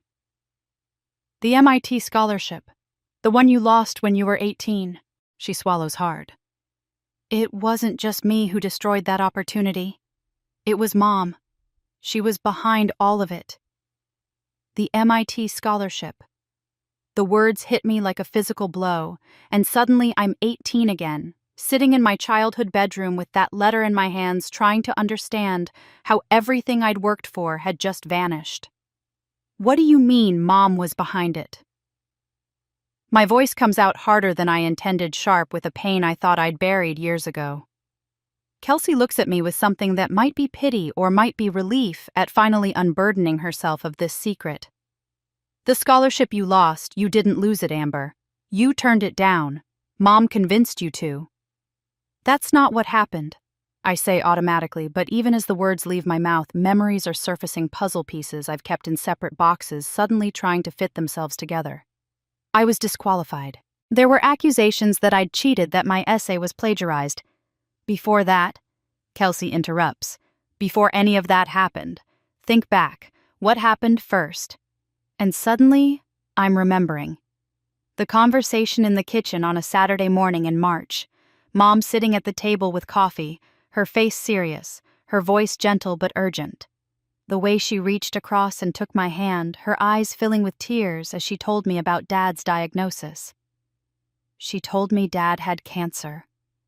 I whisper the memory crystallizing with horrible clarity. She said he needed treatment, that it was expensive, that the family couldn't afford for me to be so far away. She said they needed me here, needed my help with Kelsey, with the house, with everything. She cried. I'd never seen her cry like that before. Kelsey nods, her face pale in the dim porch light. Dad didn't have cancer. He never did. She made it up, Amber. She fabricated the entire story because she didn't want you to go to MIT. The truth crashes over me like ice water, stealing my breath, making the world tilt sideways.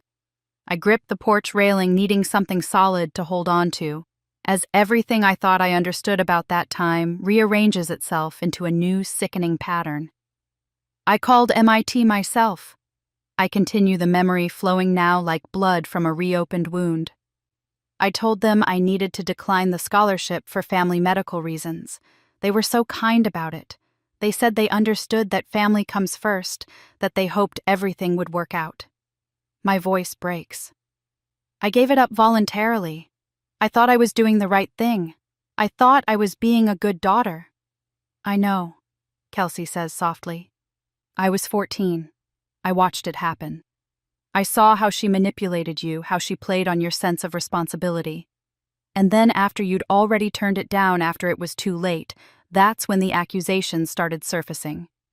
The cheating allegations, the plagiarism claims. Mom made sure of that too, just to cement your rejection, to make sure there was no way back. Why? The question comes out as barely more than a whisper. Why would she do that? Because she was terrified of you succeeding, Kelsey says, and there's no satisfaction in her voice, only sadness. She knew if you went to MIT, you'd become someone she couldn't control, someone who might surpass her, overshadow her.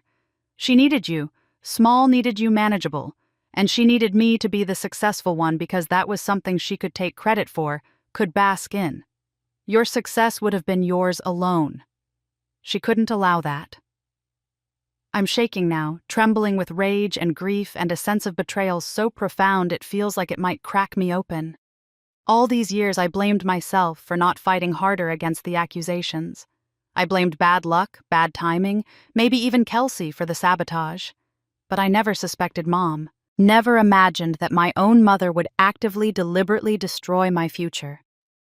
After you stayed home after you enrolled at state school instead, do you remember how she acted? Kelsey continues. Like she'd won something. Like she'd successfully protected the family from some terrible threat. But the threat wasn't MIT or your education, it was your independence. Memories cascade through my mind now, each one taking on new significance under this darker understanding. The way Mom discouraged me from applying for internships in other cities. How she'd find reasons I needed to stay close to home. The time I got offered a research position that would have required relocation, and she'd cried about how much she'd miss me, how Kelsey still needed me around. I'd turned it down believing I was choosing family over ambition.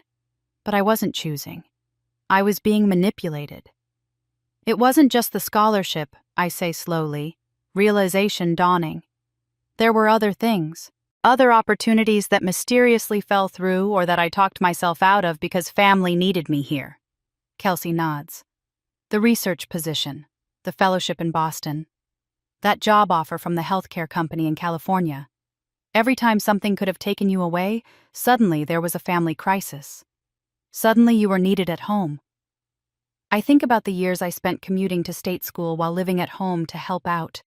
The way I always felt guilty for wanting more, for dreaming bigger. How I'd been trained from birth to put everyone else first, to sacrifice my own needs for the family's comfort.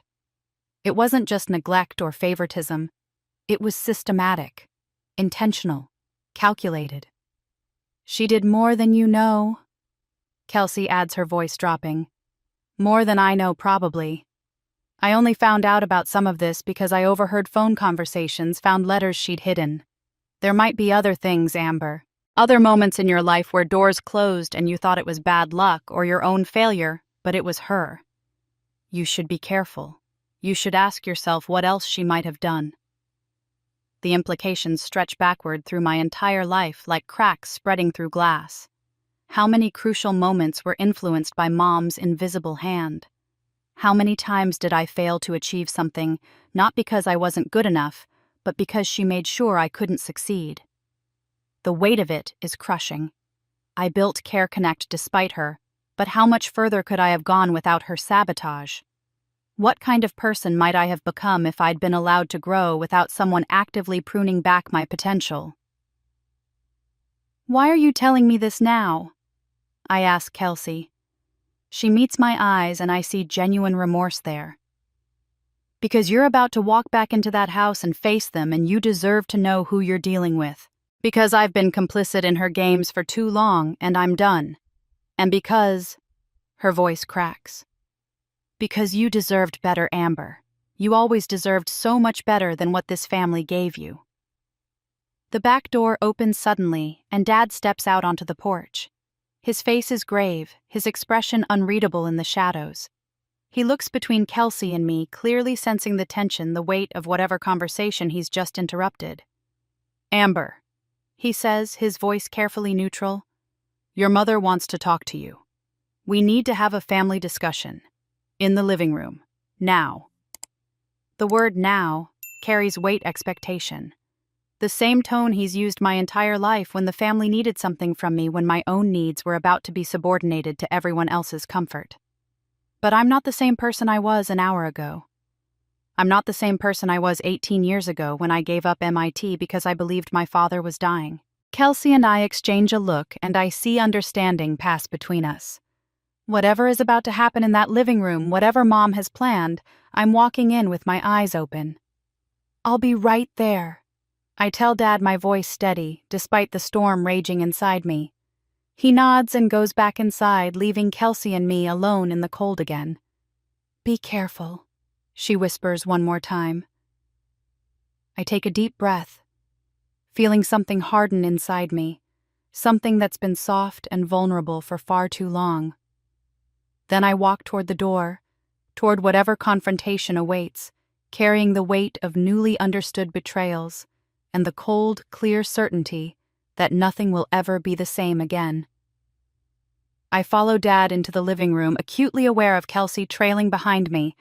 The chaos from earlier has subsided, the journalists have been politely ushered away with promises of future interviews, the neighbors sent home with apologies about family time. Now it's just us, the four of us in the room, where I've spent countless holidays pretending everything was fine. Mom is sitting on the couch, her hands folded in her lap in a posture of composed concern. She's changed her blouse.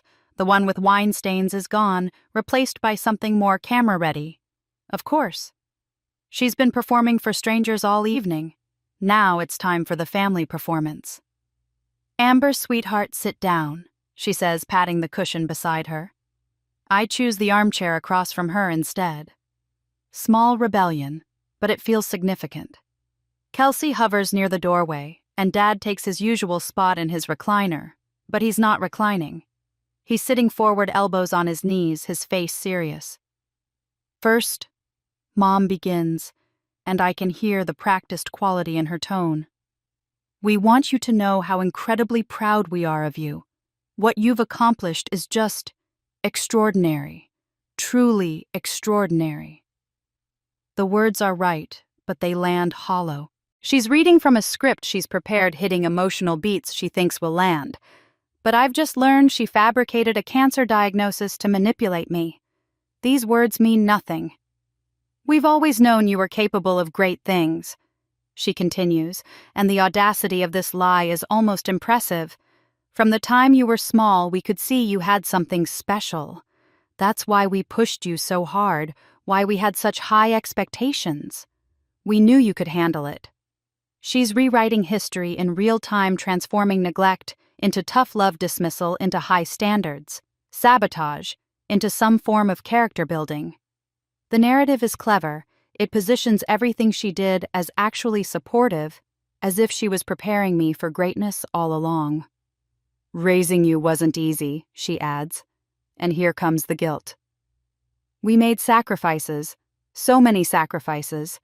Your father worked double shifts for years. I gave up my own career aspirations to be home with you girls. We did everything we could to give you opportunities." I watch her perform, and for the first time in my life, I see it clearly for what it is. Performance, manipulation, a woman desperate to reframe her failures as some kind of noble suffering.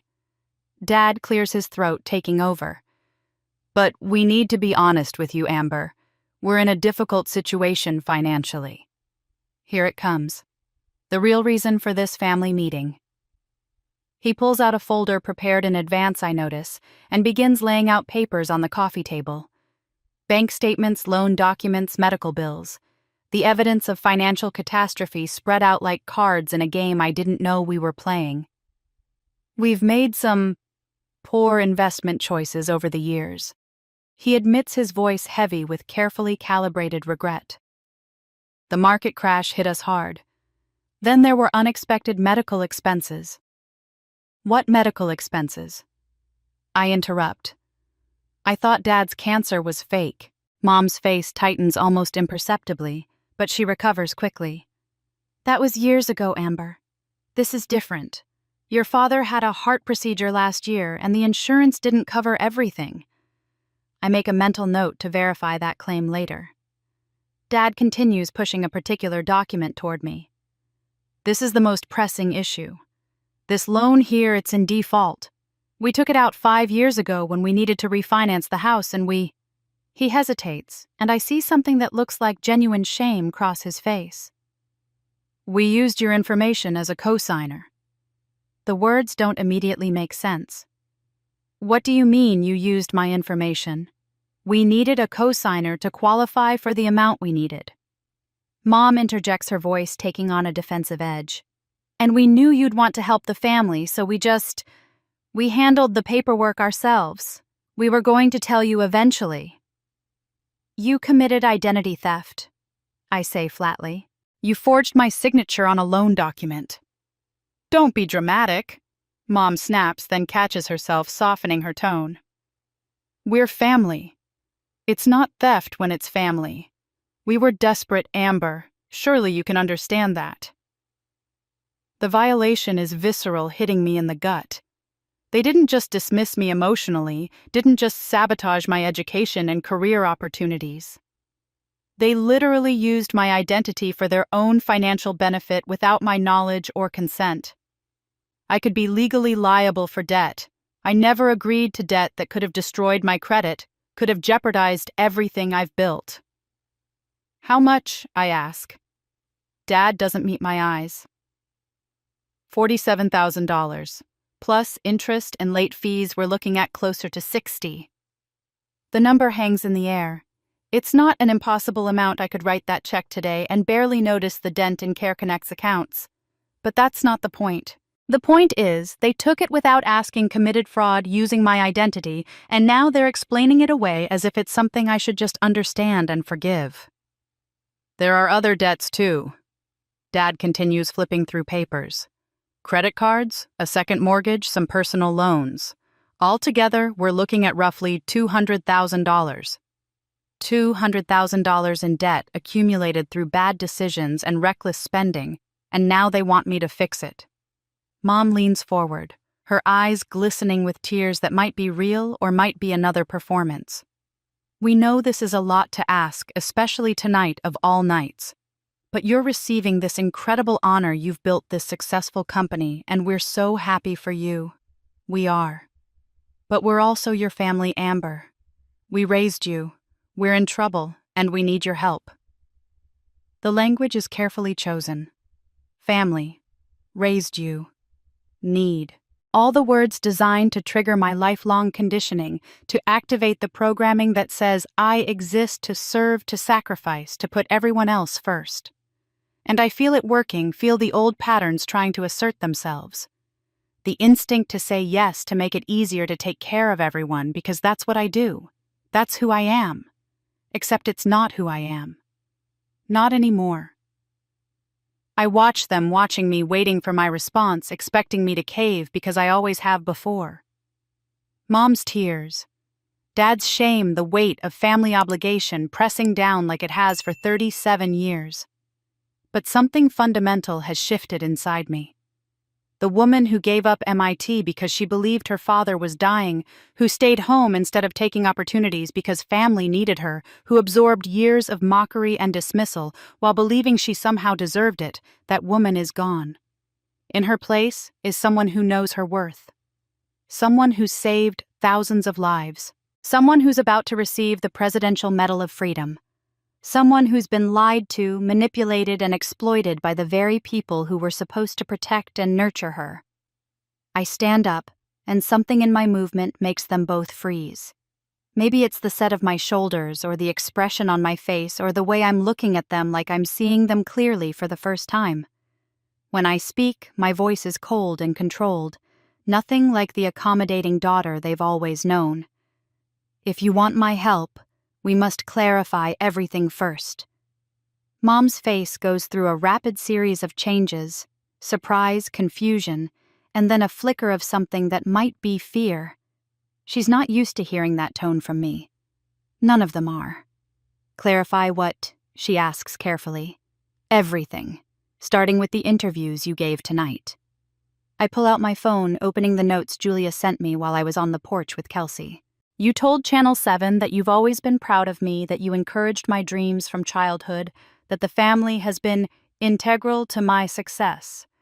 You told reporters you have boxes of memories, you'd be happy to share stories about raising a presidential medal recipient. Mom's eyes dart to Dad, then back to me. Well, we do have memories. You're our daughter. Of course we're proud. Every word you said was a lie. I interrupt, my voice steady. And before I even consider helping with your debt, you're going to publicly correct those lies. The silence that follows is thick enough to choke on. Publicly, Mom finally says, her voice rising. You want us to go back to those reporters and say what exactly? That we made mistakes, that we weren't perfect parents. Amber, that would embarrass the entire family. Truth never hurt anyone, I say, and the words come out harder than I intended. Only lies do. You can tell the truth, that we had a complicated relationship, that you didn't know about my work, that you made assumptions. Or you can tell them nothing at all. But you will not continue to claim credit for success you actively tried to prevent. Dad stands up, his hands raised in a placating gesture. Amber, honey, I think you're upset, understandably so, and maybe we should all take a breath and... I'm not upset, Dad. I'm clear. Maybe for the first time in my life I'm seeing everything clearly. I look at Mom. You told me tonight I was unemployed. You let relatives pity me. You let Kelsey mock me. And 30 minutes later, when you found out the truth, your first instinct wasn't to apologize or feel remorse. It was to figure out how to profit from it. That's not fair, Mom protests, but there's no real conviction in her voice. Isn't it? You've known about the medal for 3 weeks, Kelsey told me. 3 weeks you had to process this to maybe reconsider how you've treated me, and you chose to say nothing. You let me walk into this dinner blind, let me sit through being humiliated because it served your purposes somehow. Mom's face flushes red. We were respecting the White House's confidentiality request. We were told not to say anything until the official announcement. You could have told me you knew, I counter. You could have pulled me aside, said congratulations, privately acknowledged it in any way, but you didn't because that wasn't useful to you. Dad sits back down heavily, looking older than he did an hour ago. Mom's mouth opens and closes, but no words come out. They're not used to me fighting back, not used to me holding them accountable. Here are my terms. I continue pacing now, energy thrumming through me. If you want financial help, you will attend family therapy, all of you. Weekly sessions for at least 6 months with a licensed therapist who specializes in family dynamics and emotional abuse. Emotional abuse? Mom's voice goes shrill. How dare you? You fabricated a cancer diagnosis to manipulate me into giving up MIT. What would you call that? The color drains from her face. She glances at Kelsey, who looks away. Who told you that? Does it matter? It's true, isn't it? She doesn't answer, which is answer enough. In addition to therapy, I continue. You will not use my name or my company's name in any media appearances, interviews, or social media posts without my explicit written permission. You will not claim credit for my work or suggest you were involved in my success. You will respect my boundaries, which I will establish clearly, and if you violate them, all support ends immediately.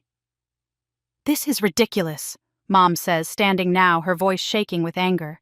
You're turning a simple request for help into some kind of power play. This is unnecessary drama, Amber. We're family. Why can't you just help us without all these conditions? Because just helping you doesn't solve anything, I reply. It would be putting a Band-Aid on a gunshot wound. You'd burn through whatever money I gave you, end up in debt again, and we'd be right back here. Except next time you'd feel even more entitled to my help because I'd already given it once. You don't know that, Dad says quietly. Don't I? How did you accumulate $200,000 in debt? Dad, bad luck, poor investment choices, or decades of living beyond your means, making reckless financial decisions and assuming someone would eventually bail you out. He doesn't answer, just stares at his hands. I look at Mom. And you. You've spent my entire life managing appearances, obsessing over what neighbors think, what relatives believe, how things look from the outside. Even tonight, your biggest concern about correcting your lies isn't that lying is wrong, it's that the truth would be embarrassing. What do you want from us? She asks, and for the first time I hear something genuine in her voice. Not remorse. Not really, but at least acknowledgement that her usual tactics aren't working. I want you to do the work. I say simply. Real work. Therapy to understand why you treated me the way you did. Financial counseling to learn how to manage money responsibly. And genuine effort to build a healthier relationship with me, if that's even possible at this point. Kelsey has been silent through all of this, standing against the wall near the doorway, watching me with an expression I can't quite read. Fear, maybe, or respect, possibly both. She's seeing a version of me she's never encountered before, someone who refuses to be diminished, who demands to be treated with basic dignity. And if we refuse, Mom asks, her voice cold, then you refuse and you handle your debt yourselves. I'll pay off the loan you took out in my name because I don't want that hanging over me legally, but that's it. Everything else is your responsibility. You'd let us lose our house. There's genuine shock in her voice, as if this outcome is unthinkable. You're letting you lose your house, I correct, through choices you made. I'm not responsible for fixing problems I didn't create, especially not when the people asking for help have spent decades tearing me down. My phone buzzes insistently in my hand. Julia calling again. I glance at the screen and see she's sent multiple texts in the last few minutes, each one marked urgent. I need to take this, I say, already moving toward the hallway. We're not done here, Mom calls after me. Yes, we are, I reply without turning around. For tonight at least. Think about what I said. You have until tomorrow evening to decide if you're willing to meet my terms. I step into the hallway and answer the call. Julia, what's wrong? Her voice is tight, urgent. Amber, we have a problem. A big one. Someone is actively trying to destroy your reputation. It's all over Twitter right now, accusations that you embezzled funds from CareConnect, that the platform doesn't actually work, that the medal is based on falsified data. The story is gaining traction fast. My stomach drops. Who's behind it? We're trying to track the source, but whoever it is, they're organized and they have money. This is a coordinated attack. I close my eyes, feeling the evening's triumphs start to crumble. Of course, this couldn't just be a moment of victory. Nothing in my life has ever been simple. I'm on my way, I tell Julia. Send me everything you have. I end the call and stand in the hallway, caught between my family's demands behind me and a new crisis ahead. Through the living room doorway, I can see Mom and Dad talking in low, urgent voices. Kelsey is watching me. Her expression unreadable. Everything is falling apart and I haven't even left the house yet. I move quickly down the hallway toward the front door, phone pressed to my ear, as Julia continues briefing me on the crisis unfolding in real time. Behind me, I hear chairs scraping, my family following, unable to let me leave without knowing what's happening. Tell me everything, I say to Julia, grabbing my coat from the rack by the door. The source appears to be Margaret Chen, Julia says, and the name makes me stop mid-motion. CEO of HealthBridge Solutions. She's been tweeting from her verified account for the last 30 minutes, making allegations that CareConnect has misappropriated charitable donations, that our patient outcome data is falsified, and that you personally embezzled funds to finance a lavish lifestyle. Margaret Chen. We competed for the same National Institutes of Health grant 2 years ago, a $20 million award for rural healthcare innovation. My proposal won. Her company, which had seemed like the sure bet given their establishment connections and her Ivy League pedigree, came in second. She'd congratulated me publicly while her eyes burned with barely concealed rage. I'd heard through industry contacts that she'd taken the loss badly, that she blamed politics and favoritism rather than acknowledging that my proposal was simply stronger, more innovative, more focused on actual patient outcomes rather than profit margins. But I never imagined she'd been nursing a grudge this long, waiting for exactly the right moment to strike. How viral is it? I ask, shrugging into my coat. 3 of her tweets have over 50,000 retweets each. News aggregator sites are picking it up. I'm seeing headlines like Presidential Medal Winner Accused of Fraud and CareConnect Scandal What We Know. It's moving fast, Amber. Faster than anything I've seen. My mind races through the implications. The accusations are completely false. Our books are immaculate, regularly audited, transparent to the point of paranoia, because I never wanted anyone to question our integrity. But in the court of public opinion, truth matters less than timing. A lie can circle the globe, while truth is still putting on its shoes. What about our sponsors and partners? I ask, already knowing the answer won't be good. The Jameson Foundation called 20 minutes ago requesting clarification. St. Mary's Hospital System sent a formal inquiry asking for documentation of our financial practices. 3 potential new partners have suddenly gone quiet, not canceling, but clearly waiting to see how this plays out. Julia's voice cracks slightly. Amber, if this gains more momentum, if the major media outlets pick it up before we can respond, it could destroy everything we've built. Where are you now? At the office. I pulled in Marcus and Diane from accounting. We're gathering every financial document we have, every audit report, every donor acknowledgement. We'll have a complete defense package ready within the hour. Good. I'm coming in. I'll be there in... Amber, wait. Julia's voice drops. There's something else you need to know. The timing of this isn't coincidental. Margaret posted her first tweet 17 minutes after the White House announcement. She was waiting for this exact moment when you're most visible, most vulnerable to scrutiny, when one negative story could drown out the metal news completely. The strategy is both brilliant and vicious. Attack when your opponent is at their highest visibility, when the media is hungry for any story about them, when doubt can spread like wildfire because everyone is already paying attention. She's been planning this, I say quietly. For months, probably. Maybe years. This is too coordinated, too well executed to be spontaneous. Behind me, Mom's voice cuts through my conversation. What's going on, Amber? What's happening? I turn to see my entire family clustered in the hallway, their faces showing varying degrees of concern. But I notice their concern isn't directed at me, it's directed at the situation, at how this might affect them. Someone is trying to destroy my reputation, I say flatly. False allegations of embezzlement and fraud. Mom's hand flies to her mouth, but her next words confirm my suspicions about her priorities.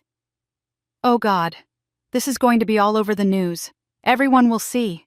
The neighbors, the relatives, everyone we just talked to. Linda, Dad says quietly, but she's not listening. See? Mom continues, her voice rising with what sounds like vindication. This is what happens with fame. This is why you should have stayed quiet, kept your head down. But no, you had to go public with everything, had to accept this. Metal had to make yourself a target. Now look what's happened. The accusation is so absurd, so perfectly encapsulating her worldview, that I almost laugh. I'm being attacked by a jealous competitor, and somehow my mother has made it my fault for being successful in the first place. Are you serious right now? Kelsey says before I can respond, her voice sharp. Someone is trying to destroy Amber's life work, and you're blaming her for being recognized. Mom whirls on her. I'm saying that maybe if she hadn't made such a spectacle... I interrupt, my voice cold. I received the Presidential Medal of Freedom. I didn't seek publicity. I didn't call the press. I built something meaningful and people noticed. That's not making a spectacle that's succeeding despite everything you did to prevent it. Dad steps forward, his face pale. Is this serious? Could you actually face charges? The allegations are completely false, I say. But false accusations can still do tremendous damage. The platform serves thousands of elderly patients who depend on it. If major hospitals pull their partnerships, if donors withdraw support, if the media runs with this story before I can defend myself, I stop, the implications too horrible to voice fully. So, what are you going to do? Dad asks, and for once his concern seems genuine.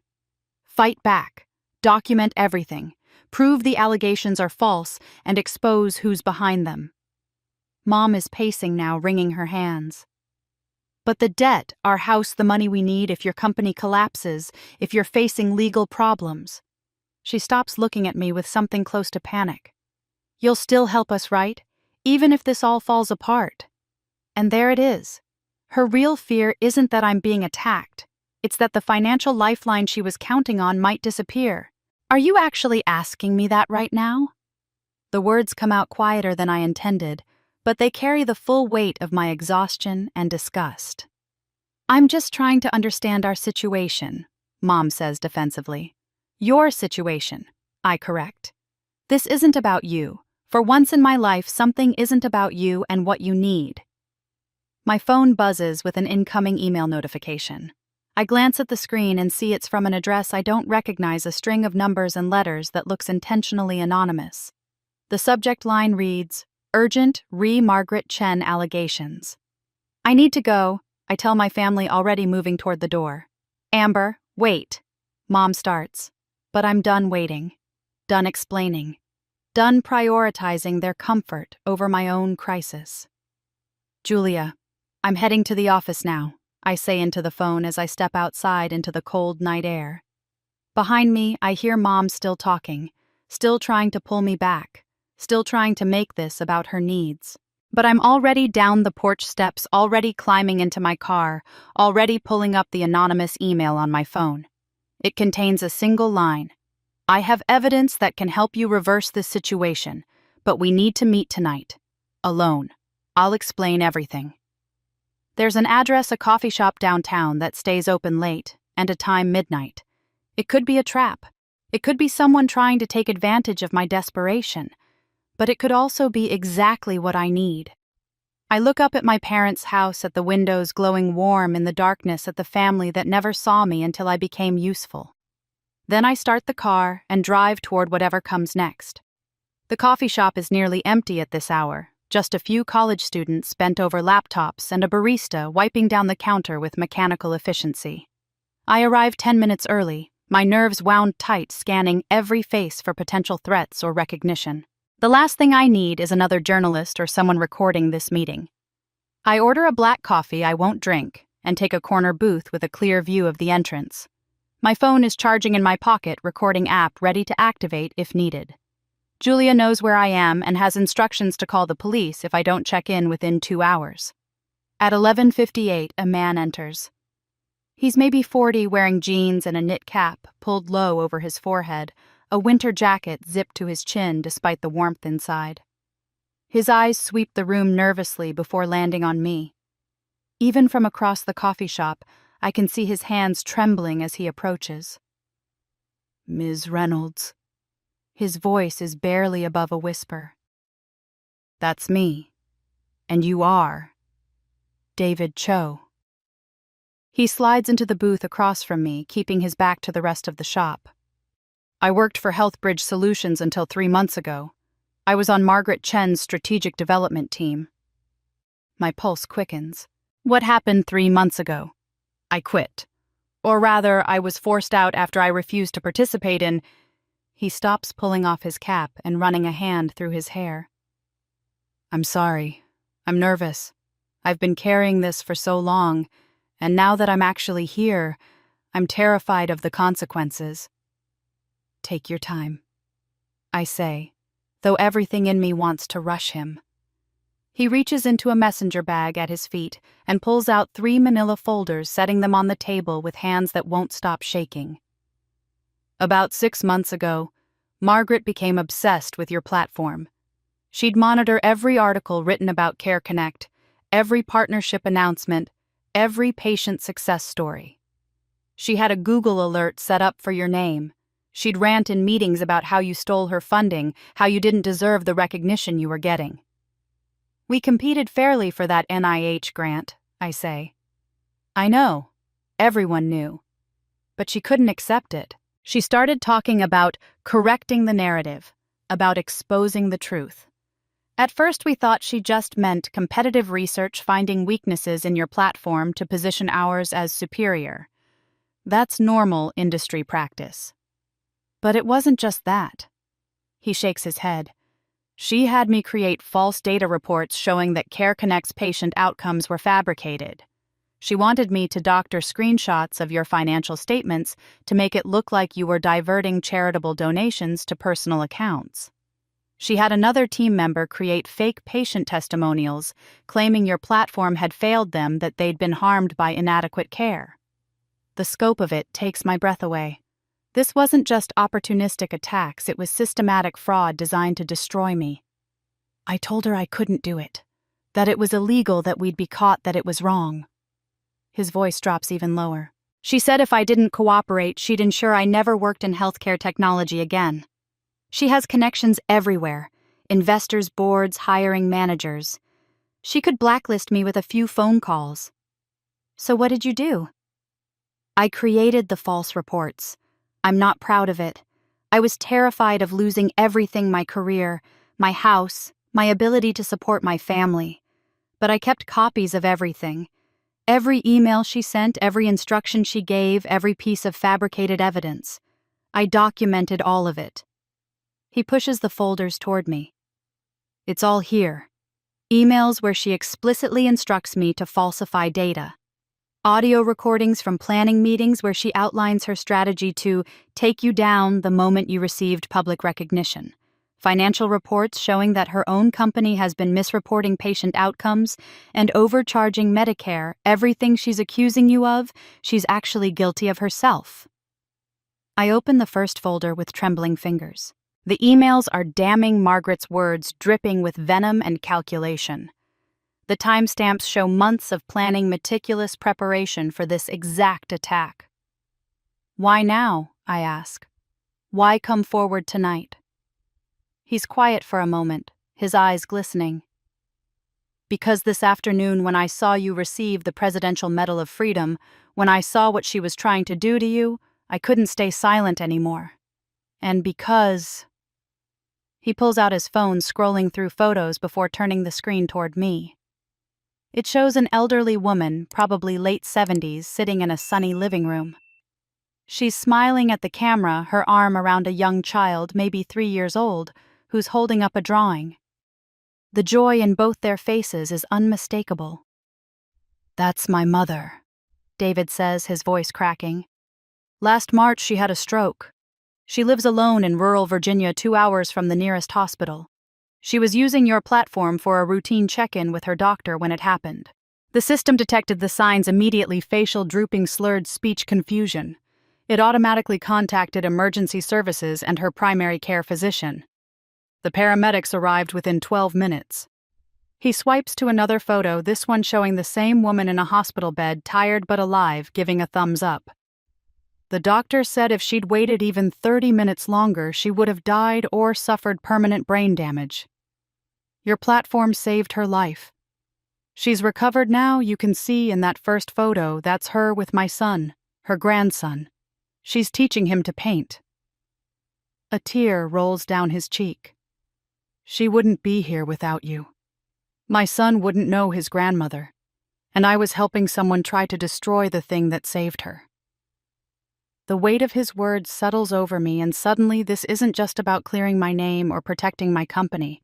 It's about every person like David's mother, every elderly patient who depends on care. Connect. Every family who's been spared the devastating loss that comes from inadequate healthcare access. "The guilt has been eating me alive," David continues. "I quit as soon as I could arrange other employment. I've been trying to figure out how to make this right. When I saw Margaret's tweets tonight, saw her putting her plan into action, I knew I had to do something. The evidence in these folders is enough to destroy her, to expose everything she's done. But I need you to be the one who brings it forward. I can't. If I go public, she'll bury me. But you have the platform now. You have credibility. People will listen to you." I look at the folders, at the documented evidence of a conspiracy to destroy me, and by extension to harm the thousands of vulnerable people who rely on my platform. The scope of Margaret's vindictiveness is staggering, but so is the clarity of the evidence David has provided. This could trigger criminal investigations, I say slowly. Medicare fraud conspiracy, falsifying federal documents. Margaret Chen could face serious charges. "She should," David says firmly. "What she's doing isn't just wrong, it's dangerous. If she succeeds in destroying your platform, people will die. Elderly people in rural areas will lose access to care. That's not competitive business, that's harm." I close the folders and meet his eyes. "Thank you for this, for having the courage to come forward, for choosing truth over fear." "I should have done it sooner," he says quietly. My phone buzzes with another message from Julia. The attacks are intensifying. More news outlets are picking up the story. We're losing ground by the minute. But now I have the ammunition to fight back. Not just to defend myself, but to go on the offensive. To expose corruption and protect the patients who depend on Care Connect. I stand up, gathering the folders. "I'm taking this to Congress." David's eyes widen. "Congress?"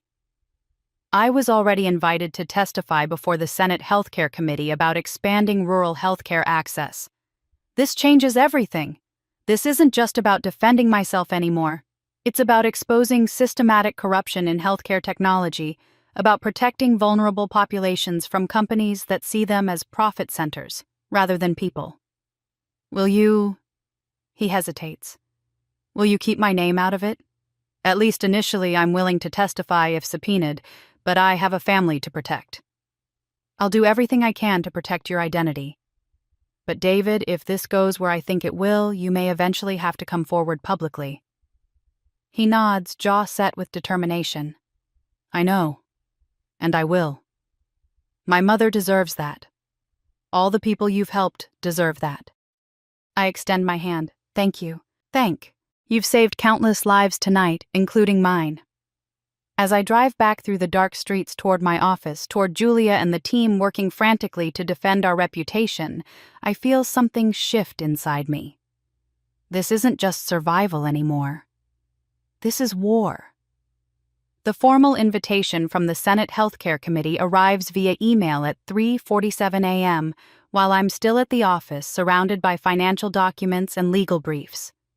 Senator Martinez herself has signed it, requesting my testimony in a special hearing on healthcare innovation, fraud prevention, and protecting vulnerable populations from predatory practices in the medical technology sector. The hearing is scheduled for next Thursday, 6 days away.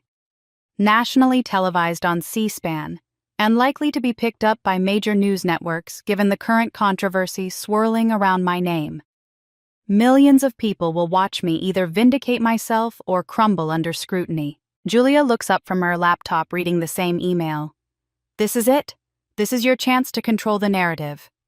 Or to spectacularly fail in front of the entire country, I say.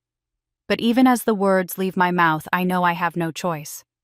This hearing is exactly what I need, a platform with credibility, with official record-keeping, where truth carries more weight than social media accusations. The next 72 hours blur into an exhausting marathon of preparation. I hire a legal team specializing in congressional testimony. We rehearse in conference rooms, my lawyers playing hostile senators, throwing worst-case scenario questions at me, while I practice staying calm, staying factual, never getting defensive. Ms. Reynolds, how do you explain the allegations that you've personally benefited from charitable donations?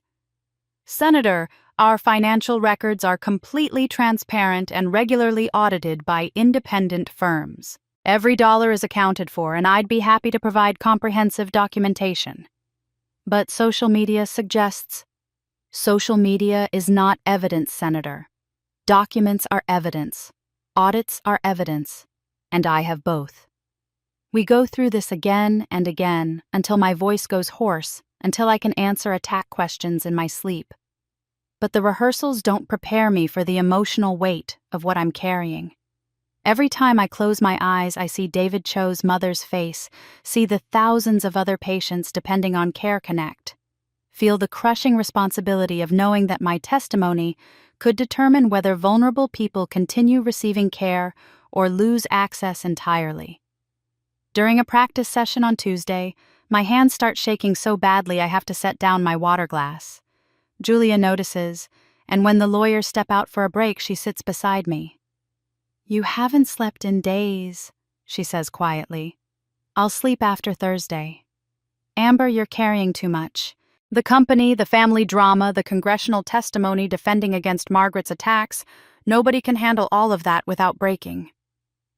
Then I'll break after Thursday, I reply, but my voice cracks on the words. That evening my phone rings, Mom's name on the screen. I consider not answering, but some part of me still hopes foolishly perhaps that she's calling to offer support. Amber, you have to stop this, she says before I can even say hello. Her voice is thick with tears, but I can't tell if they're real or performed. Everyone's talking about you, about us. The neighbors are asking questions. Aunt Carol called 3 times today wanting to know what's really going on. You're dragging the entire family into this public mess. I'm not dragging anyone anywhere. I say, exhaustion making my words sharper than intended. I'm defending myself against false accusations. By going to Congress, by making everything public. Can't you just handle this quietly? Talk to whoever you need to talk to behind closed doors. That's not how this works, Mom. I've been offered a platform to speak truth and expose corruption. I'm taking it.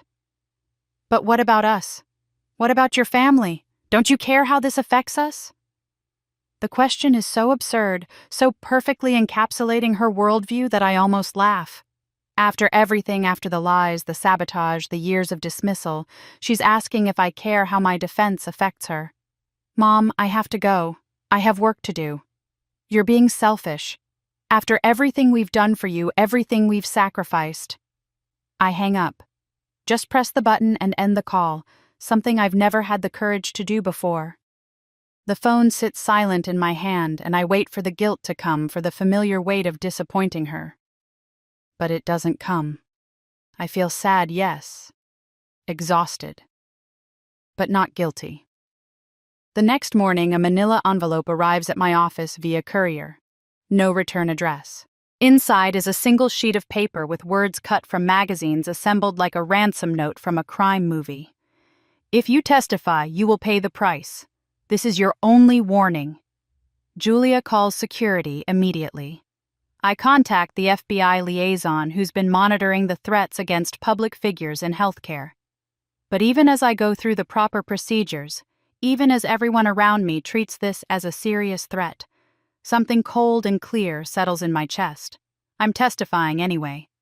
The FBI field office is intimidatingly sterile. All fluorescent lights and beige walls that seem designed to strip away any pretense or performance. Agent Morrison examines the threatening letter with professional detachment, her gloved hands holding it up to the light as if the paper itself might reveal its sender. "You're not the first prominent tech figure to receive something like this," she says, setting it down in an evidence bag. "When you threaten powerful financial interests, especially in healthcare where billions of dollars are at stake, people get desperate. We've seen this pattern before. Intimidation tactics designed to silence whistleblowers or anyone who might expose corruption. So this isn't just about Margaret Chen, I say, though I've already suspected as much.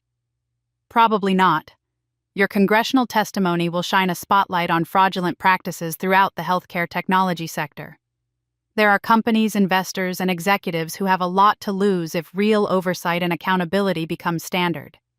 You're threatening an entire ecosystem built on exploiting vulnerable populations. The scale of what I'm up against settles over me like a heavy coat. This isn't a personal vendetta anymore, it's institutional opposition to transparency and reform. Agent Morrison pulls out a folder. "We're assigning you a protective detail. 2 agents will be with you at all times until after the testimony. We'll also monitor your office, your home, and your travel routes. I need you to vary your daily patterns.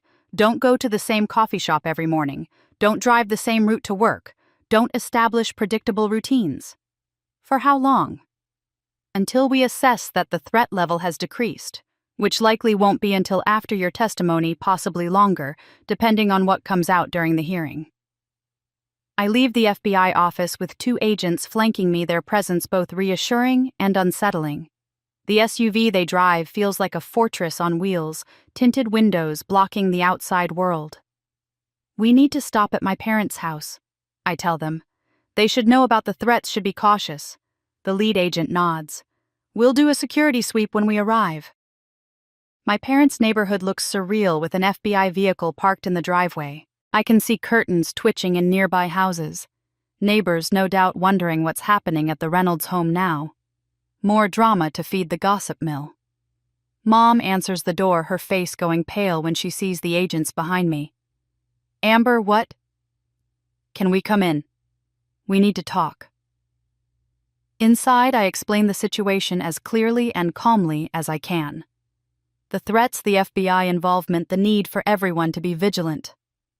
Dad sits forward in his chair, his face grave, actually listening for once. But Mom's reaction is predictable.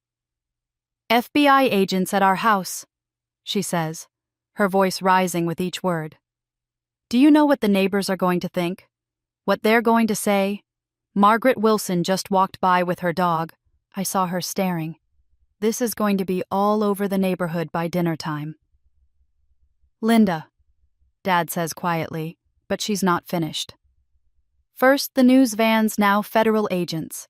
You're turning our lives into a circus, Amber. Can't you just drop this, apologize, or make some kind of settlement or whatever it takes to make this go away quietly? People are threatening me because I'm going to testify about fraud and corruption. I say, my voice flat.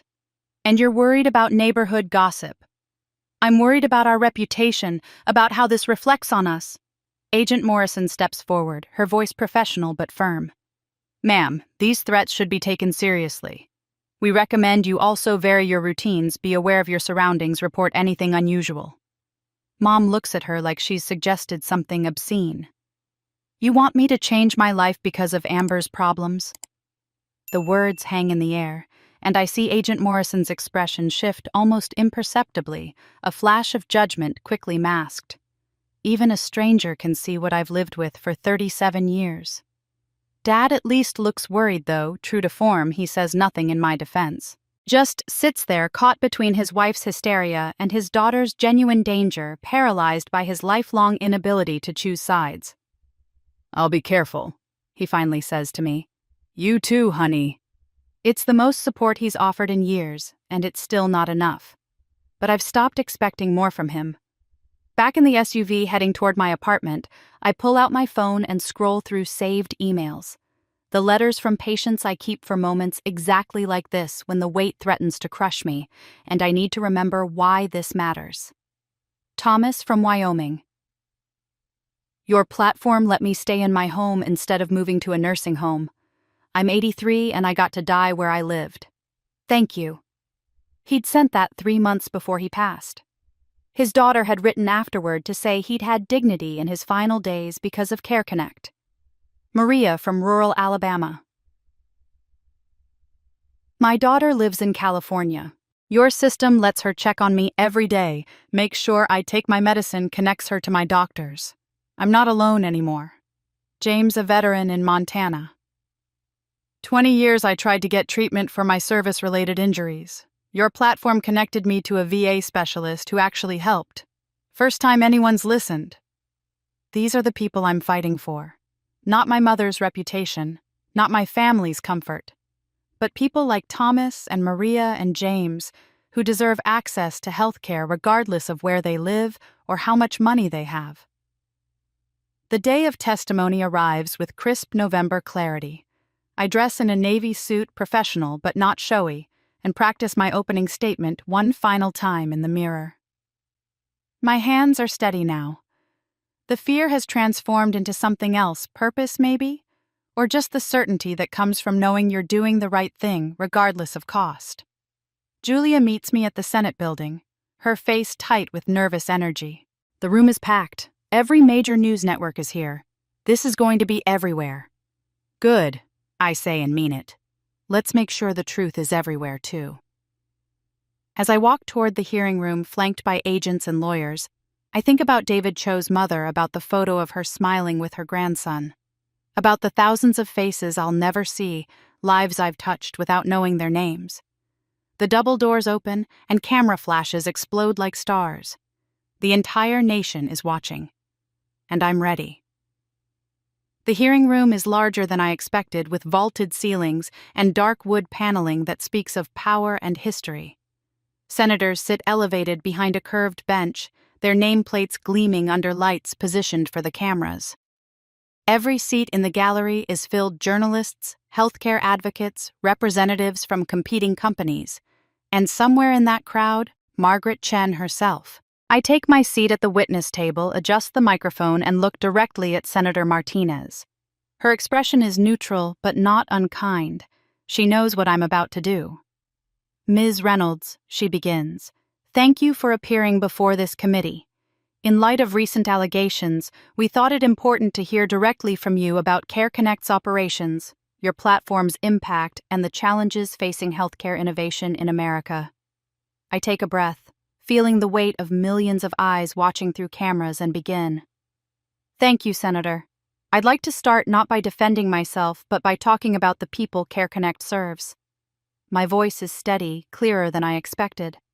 Elderly Americans in rural communities who live hours from the nearest hospital. People who can't drive anymore, who can't afford repeated trips to specialists, who face a choice between healthcare and financial ruin. I pull up my first slide, a map showing healthcare deserts across America, vast swaths of red indicating areas where elderly residents have inadequate access to medical care. Before Care Connect, a 78-year-old farmer in Montana with diabetes, had to drive 4 hours round trip for a specialist appointment. If he missed that appointment, his condition worsened. If he went, he lost a day of work and spent money he didn't have on gas. CareConnect changed that equation. Now he video conferences with his endocrinologist monthly, his glucose monitor sends automatic readings, and when levels spike, the system alerts both him and his care team immediately. I click to the next slide: patient outcome data carefully documented and independently verified. Since launching 5 years ago, CareConnect has facilitated 1.2 million medical consultations. We've prevented an estimated 47,000 emergency room visits by catching problems early. We've saved approximately 3,000 lives through rapid response coordination when patients show signs of stroke, heart attack, or other emergencies. Senator Chen, no relation to Margaret, leans forward. Those are impressive numbers, Ms. Reynolds. But there have been accusations that this data is fabricated. How do you respond? I welcome scrutiny of our data, Senator. Every number I've cited comes from independent audits conducted by Johns Hopkins School of Public Health. I've provided the committee with complete documentation, including methodology, raw data, and verification protocols. I distribute folders to the senators, watching them open the comprehensive evidence my team assembled. Margaret Chen, sitting 3 rows back, has gone very pale. Now, regarding the allegations of financial misconduct, I continue, my voice hardening slightly. I'd like to address those directly by presenting evidence about where those accusations actually originated. I nod to the technician, and the first audio recording begins playing through the room's speakers. Margaret's voice crystal clear, instructing David Cho to falsify patient outcome reports. The room goes silent except for her recorded words, each sentence more damning than the last. Senators lean forward. Journalists type frantically.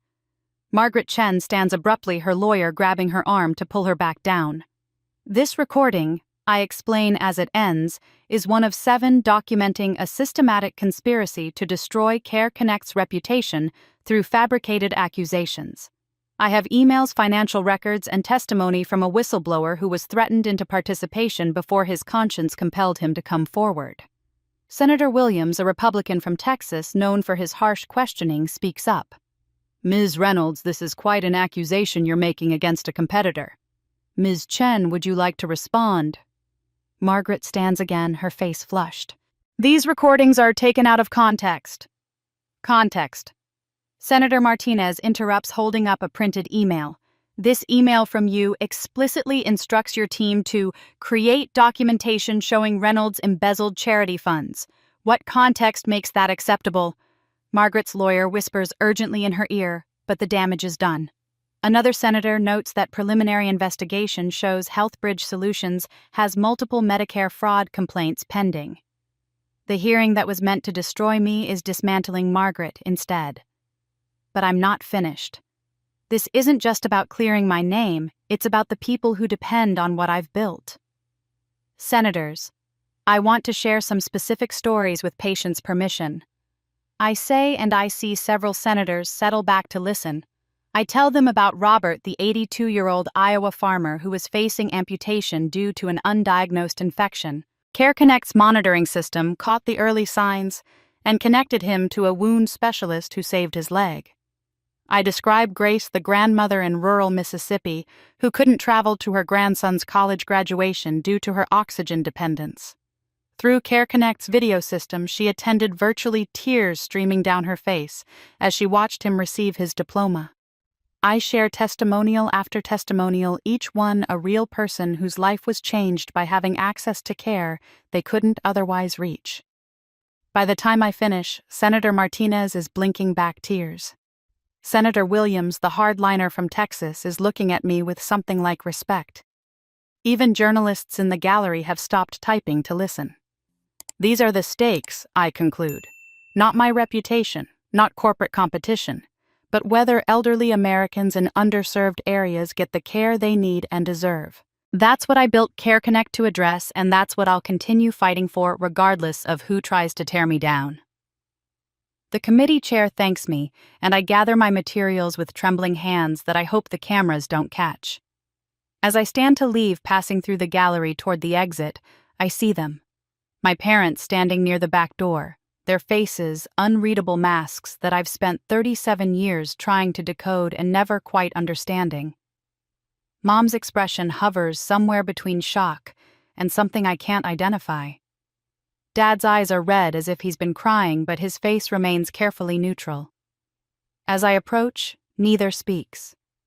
The silence stretches between us, heavy with everything unsaid, everything that can never be unsaid, everything that's changed, and everything that never will. Mom moves first, rushing forward with arms outstretched. She pulls me into an embrace that feels rehearsed, her movements practiced like an actress hitting her marks. Dad joins in, and suddenly I'm surrounded by my parents in what must look to the journalists and staffers watching like a touching family reunion after a daughter's moment of triumph. But I can feel the emptiness of it.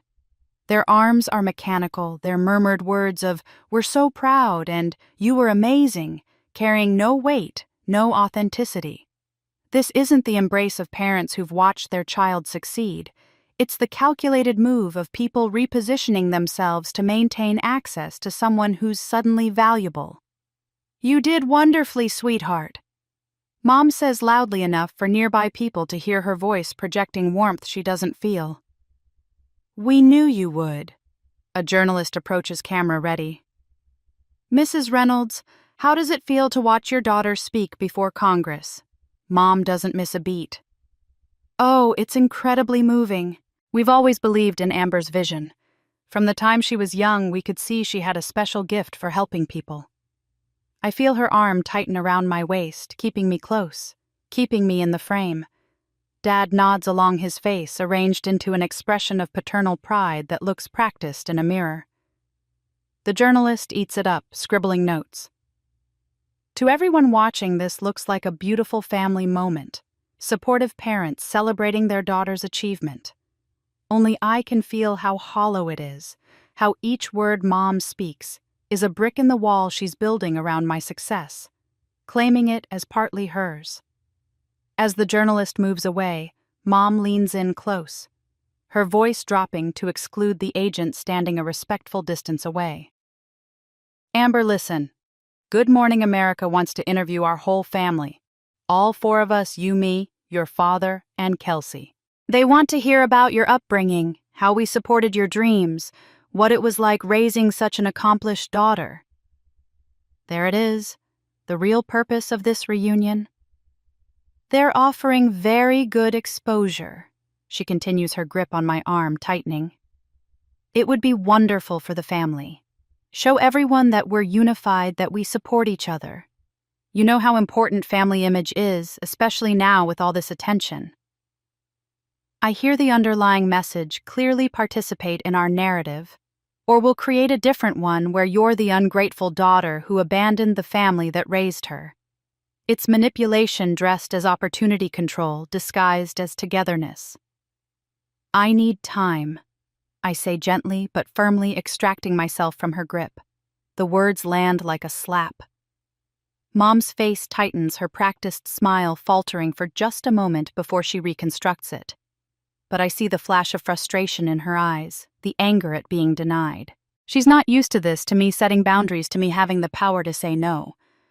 "Time," she repeats, her voice careful. "Honey, these opportunities don't wait. If we don't respond quickly, they'll move on to other stories." "Then they'll move on," I say simply.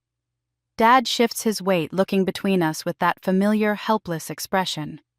He's done this my entire life, stood between Mom and her children, unable or unwilling to take a side, paralyzed by conflict. Even now, when I'm clearly establishing a boundary, he says nothing. Just watches, waiting to see which way the wind blows so he can adjust accordingly. "Amber, be reasonable." Mom tries again, her voice taking on an edge. "After everything we've been through, everything that's happened, don't you think we deserve—" "I need to go," I interrupt. "The FBI wants me back at a secure location. We can talk about this later." "Later when—" Her frustration is breaking through now, her voice rising slightly. "You can't just—" Later, I repeat firmly and start walking toward the agents waiting by the exit. I feel their stares on my back, feel the weight of Mom's displeasure and Dad's disappointment radiating across the distance. But I don't turn around. Don't look back. Don't apologize or soften or accommodate. For the first time in 37 years, I'm simply walking away. The agents flank me as we move through the building's corridor, their presence a reminder that this isn't over, that the threats are still real, that winning one battle doesn't mean winning the war. My phone buzzes in my pocket, messages flooding in, probably congratulations mixed with continued attack support, tangled with skepticism. But one notification stands out. A call from Kelsey, then another. Then a text that makes my steps falter. Amber, call me now. Emergency. I stop walking, the agents pausing with me. Another text arrives. Something's happened. You need to come home right now, please. The fear in those two words, please, cuts through everything else. Kelsey doesn't say please. She demands, manipulates, performs. But this feels different. Genuine. I dial her number, my heart suddenly pounding. She answers on the first ring. Amber. Her voice is shaking, barely controlled. Where are you? Leaving the Senate building. What's wrong? It's Mom. Kelsey's voice breaks. After you left, she collapsed. We're at Georgetown Medical Center. Dad's with her now, but he can't. She's crying now. Words coming in gasps. The doctors are saying it might be a stroke. You need to come. Please, I don't know what to do. The world tilts sideways, everything I just walked away from suddenly crashing back with devastating force. I arrive at Georgetown Medical Center within 20 minutes, the FBI agents clearing a path through the emergency entrance. Kelsey meets me in the waiting area, her makeup smeared from crying, her expensive coat thrown on carelessly. She looks smaller than I've ever seen her, stripped of the armor she usually wears. They stabilized her, she says immediately, reading the panic I'm trying to hide. It wasn't a stroke. The doctors think it was a severe panic attack combined with exhaustion and high blood pressure. She's sedated now. They're running more tests. Relief floods through me, followed immediately by a complicated tangle of other emotions I don't have names for. And Dad, with her. They'll only let one person in at a time. Kelsey gestures to the plastic chairs. Can we talk while we wait? We sit in the fluorescent-lit waiting room, surrounded by the ambient sounds of a hospital beeping monitors, hushed conversations, the squeak of nurses' shoes on linoleum. Kelsey pulls out her phone, scrolling to something before handing it to me. This came yesterday. I was going to tell you, but then everything happened so fast. It's a foreclosure notice. Final warning. The house will be seized in 30 days unless the outstanding debt, now totaling over $60,000 just on the mortgage, not counting other obligations, is paid in full. I thought you should know the whole truth, Kelsey says quietly, before you decide whether to help them, before you think this is somehow your fault.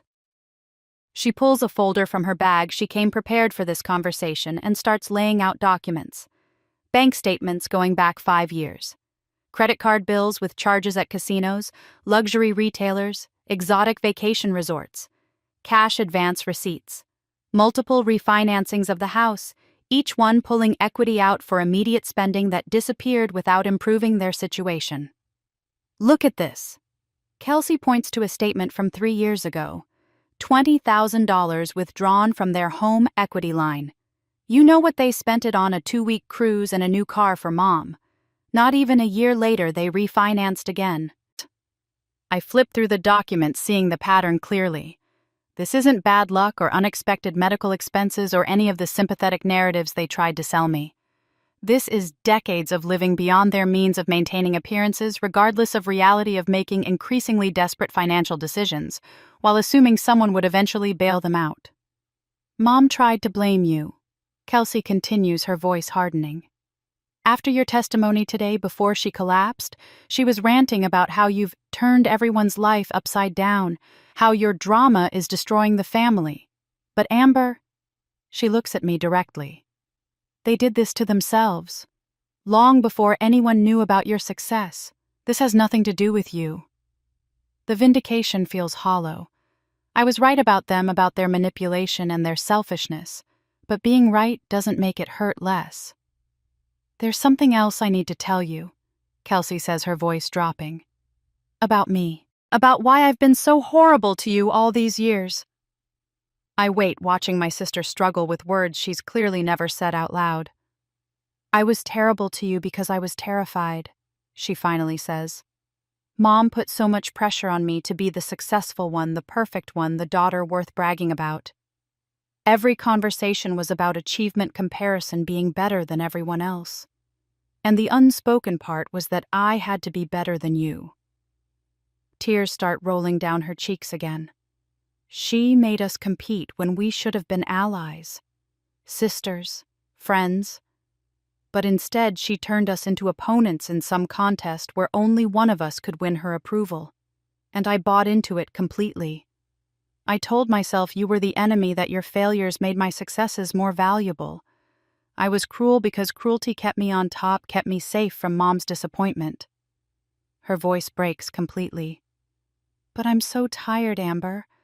So tired of pretending to be perfect, of lying about promotions that aren't real, and success I haven't achieved. Of performing this version of myself that Mom created because the real me was never good enough. You escaped somehow. You built something real, something meaningful, despite everything they did to stop you. And I'm still here, still performing, still failing at being the golden child she wanted.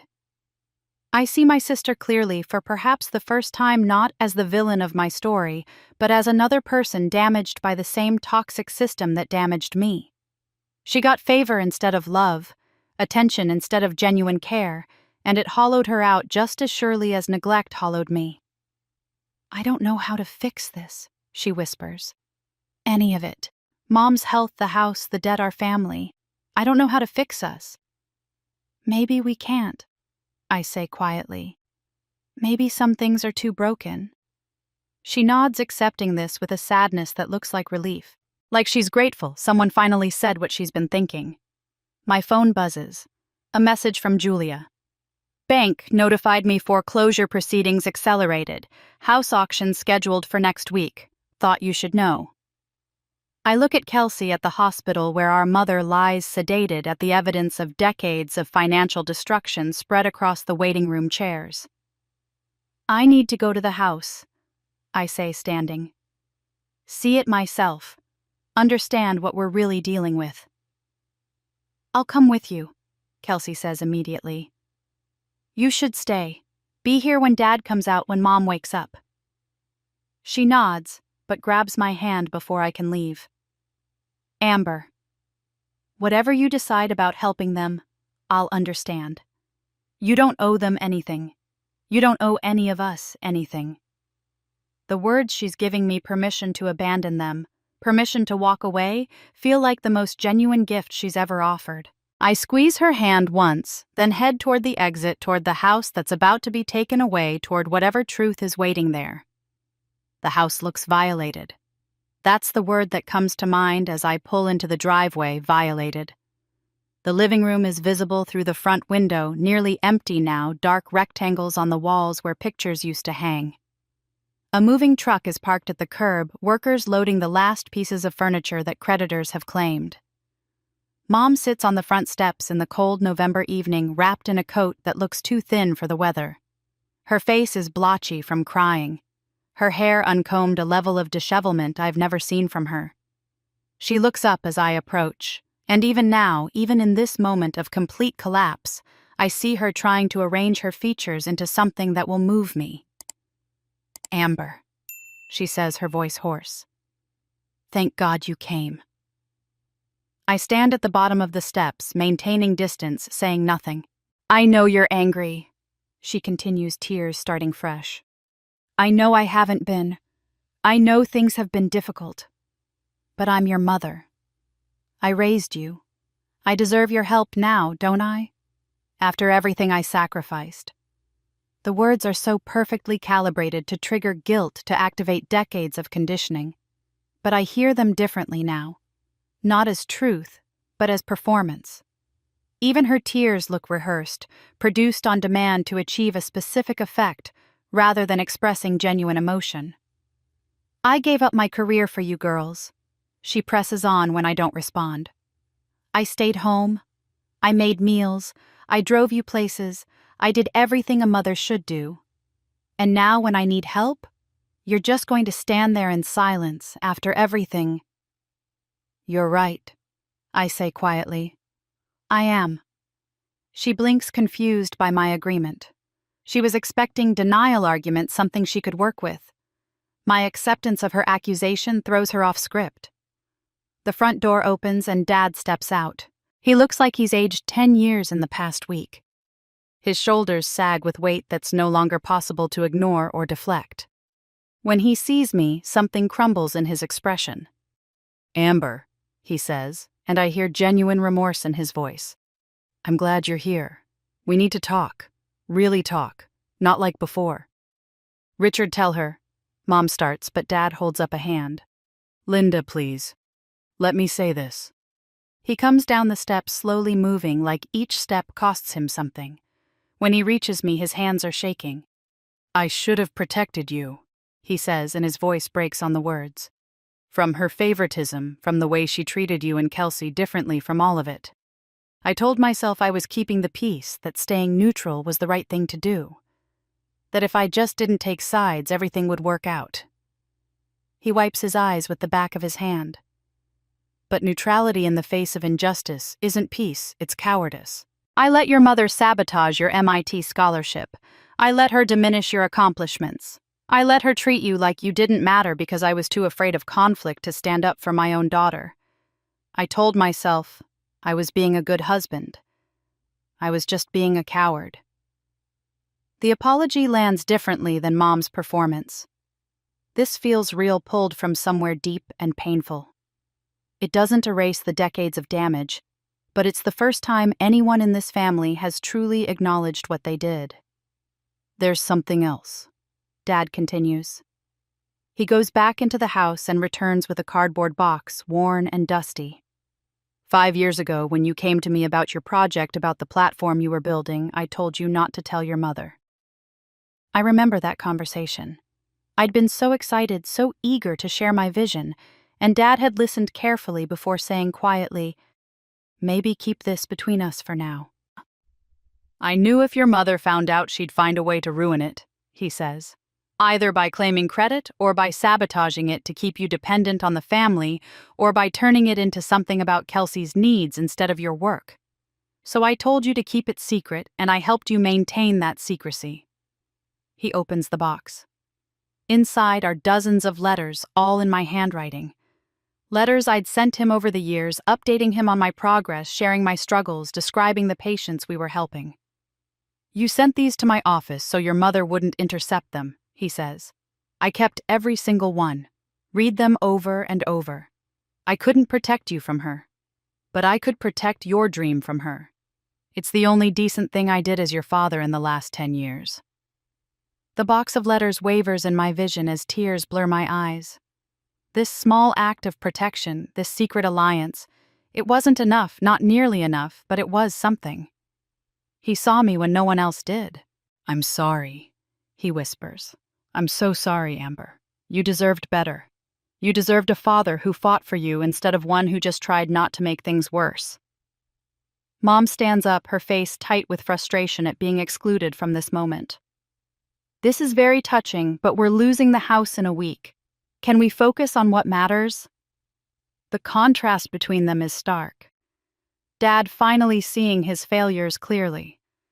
Mom still performing, still manipulating, still unable to access genuine remorse. I look at the house, at the moving truck, at my parents' faces. I think about the letters Dad saved, the secret support that allowed Care Connect to exist. I think about Kelsey at the hospital, finally honest about her own pain.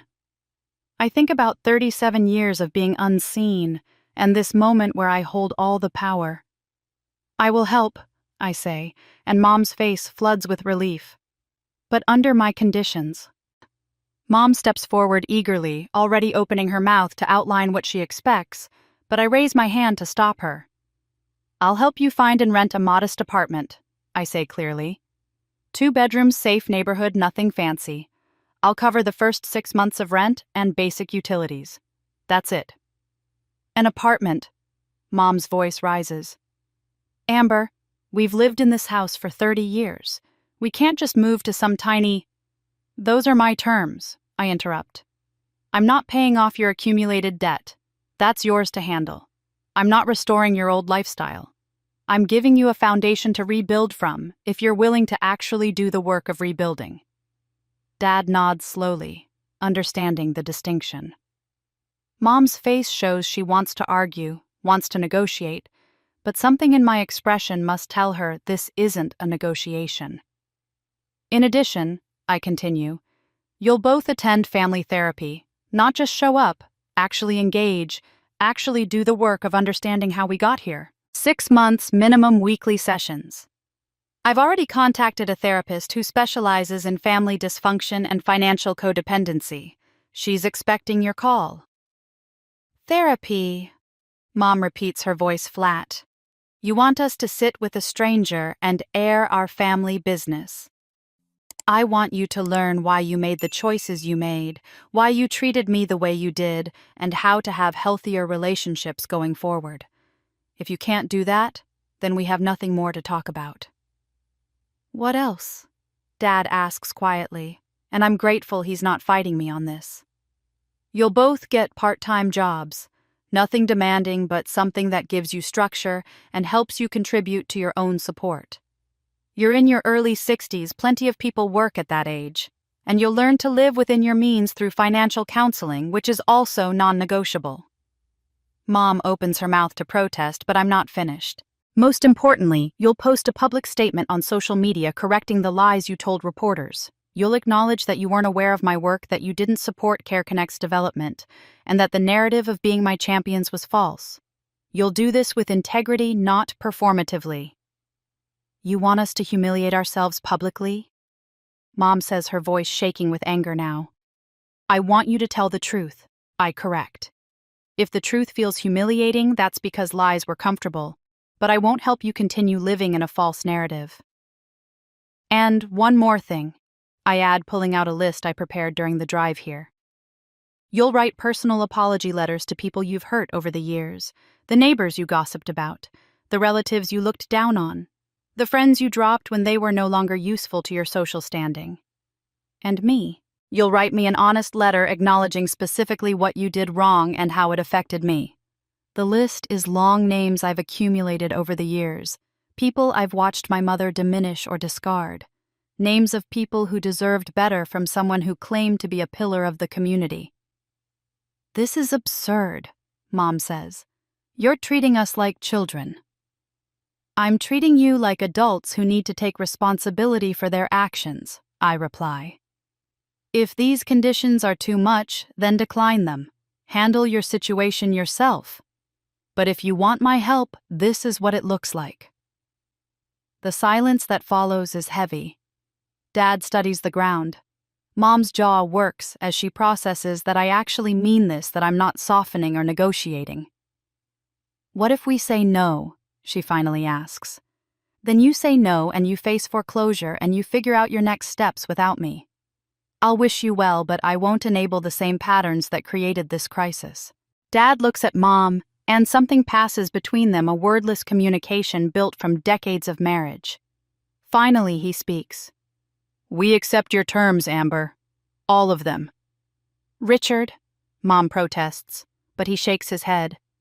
Linda, we have no other options. And honestly, she's right. We need to do this work. We've needed to do it for years. Mom's face crumples, and for a moment I think she might actually refuse out of pure stubbornness. But then her shoulders sag defeated. Fine, she whispers. Fine. We'll do it your way. I don't feel triumphant.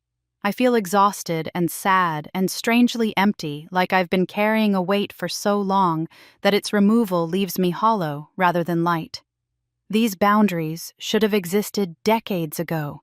This accountability should have been taught to me, not something I had to fight for. I'll email you the therapist's contact information and details about the apartment I've found. I say, first session is next Tuesday. Don't miss it. I turn to walk back to my car, feeling the weight of their stares on my back. The FBI agents have been waiting patiently, giving us space but staying alert. As I approach the car, I notice movement near the street. Someone is standing under the maple tree at the edge of the property, partially hidden in shadow. As I get closer, the person steps into the light from the street lamp. It's an elderly woman I don't immediately recognize. She's bundled in a thick coat, leaning slightly on a cane, her face creased with age, but her eyes bright and sharp. She's holding something, an envelope, I think. "Ms. Reynolds," she calls softly. "I hope I'm not intruding. I've been waiting to speak with you." I approach the woman cautiously, the FBI agents tensing slightly behind me. But there's something about her demeanor, gentle, patient, purposeful, that tells me she's not a threat. "Mrs. Helen," I say, and suddenly I recognize her. Helen Morrison from the Care Connect user database. 79 years old, lives in rural Pennsylvania, stroke patient from 18 months ago. I remember her case because the emergency response time was so critical. Our system detected her symptoms during a routine video check-in and had paramedics at her door within 8 minutes. "You remember me," she says, her face lighting up with surprise and pleasure. "I wasn't sure you would. You help so many people." "Of course I remember. How are you? How's your recovery been?" "That's why I'm here." She holds out the envelope with trembling hands. "To tell you that I'm alive because of you. Fully recovered, living independently, still in my own home. The doctors said if help had arrived even 20 minutes later, I would have died or suffered permanent brain damage that would have put me in a nursing home for whatever time I had left." Her eyes fill with tears, but they're not sad tears. "Instead, I'm here. I get to wake up in my own bed every morning. I get to tend my garden. I get to video call my grandchildren every Sunday. I get to live Miss Reynolds. Really live with dignity and independence. And that's because of what you built." My throat tightens with emotion I've been holding back all day, all week, maybe all my life. "I traveled 3 hours by bus to be here today," Helen continues. "My daughter thought I was crazy, offered to drive me, but I needed to do this myself. I needed to look you in the eye and tell you what you mean to people like me." She opens the envelope and pulls out not just a letter, but a thick folder of papers. "When I heard about the accusations against you, when I saw what that awful woman was trying to do, I got angry. Really angry in a way I haven't felt in years. So I started making phone calls. To other people I've met through Care Connect, to the support groups, to anyone I could find who's been helped by your platform." She hands me the folder and I open it to find dozens of handwritten letters, each one addressed to me. The handwriting ranges from shaky and uncertain to careful and precise. Some letters are decorated with drawings clearly done by grandchildren, showing hearts and flowers, and stick figures with speech bubbles saying, "Thank you." There are 47 letters in there, Helen says, from people in 12 different states. Every single one of them wanted you to know that you're not alone, that we see you, that we're grateful for you. We wanted to send these to the Congressional Committee to make sure they understood what you've created isn't just a business, it's a lifeline. I flip through the letters, my vision blurring with tears. Each one tells a story: a man in Montana who avoided amputation, a woman in Mississippi who stayed connected to her daughter across the country, a veteran in Idaho who finally got treatment for service-related injuries. Story after story of lives changed, families kept together, dignity preserved. "We're invisible to most people," Helen says quietly. "Old people in rural areas, we don't matter much to policymakers or big companies. We're not profitable enough, not important enough. But you saw us. You built something specifically for us. You treated us like we matter." She reaches out and touches my face with one weathered hand, her palm warm against my cheek. The gesture is so maternal, so full of genuine affection, that something breaks open inside me. "Don't let anyone make you small, dear," she says firmly. Not your family, not your competitors, not anyone. You're extraordinary, and the people who love you, the ones whose lives you've touched, we see that clearly. We see you. I can't speak.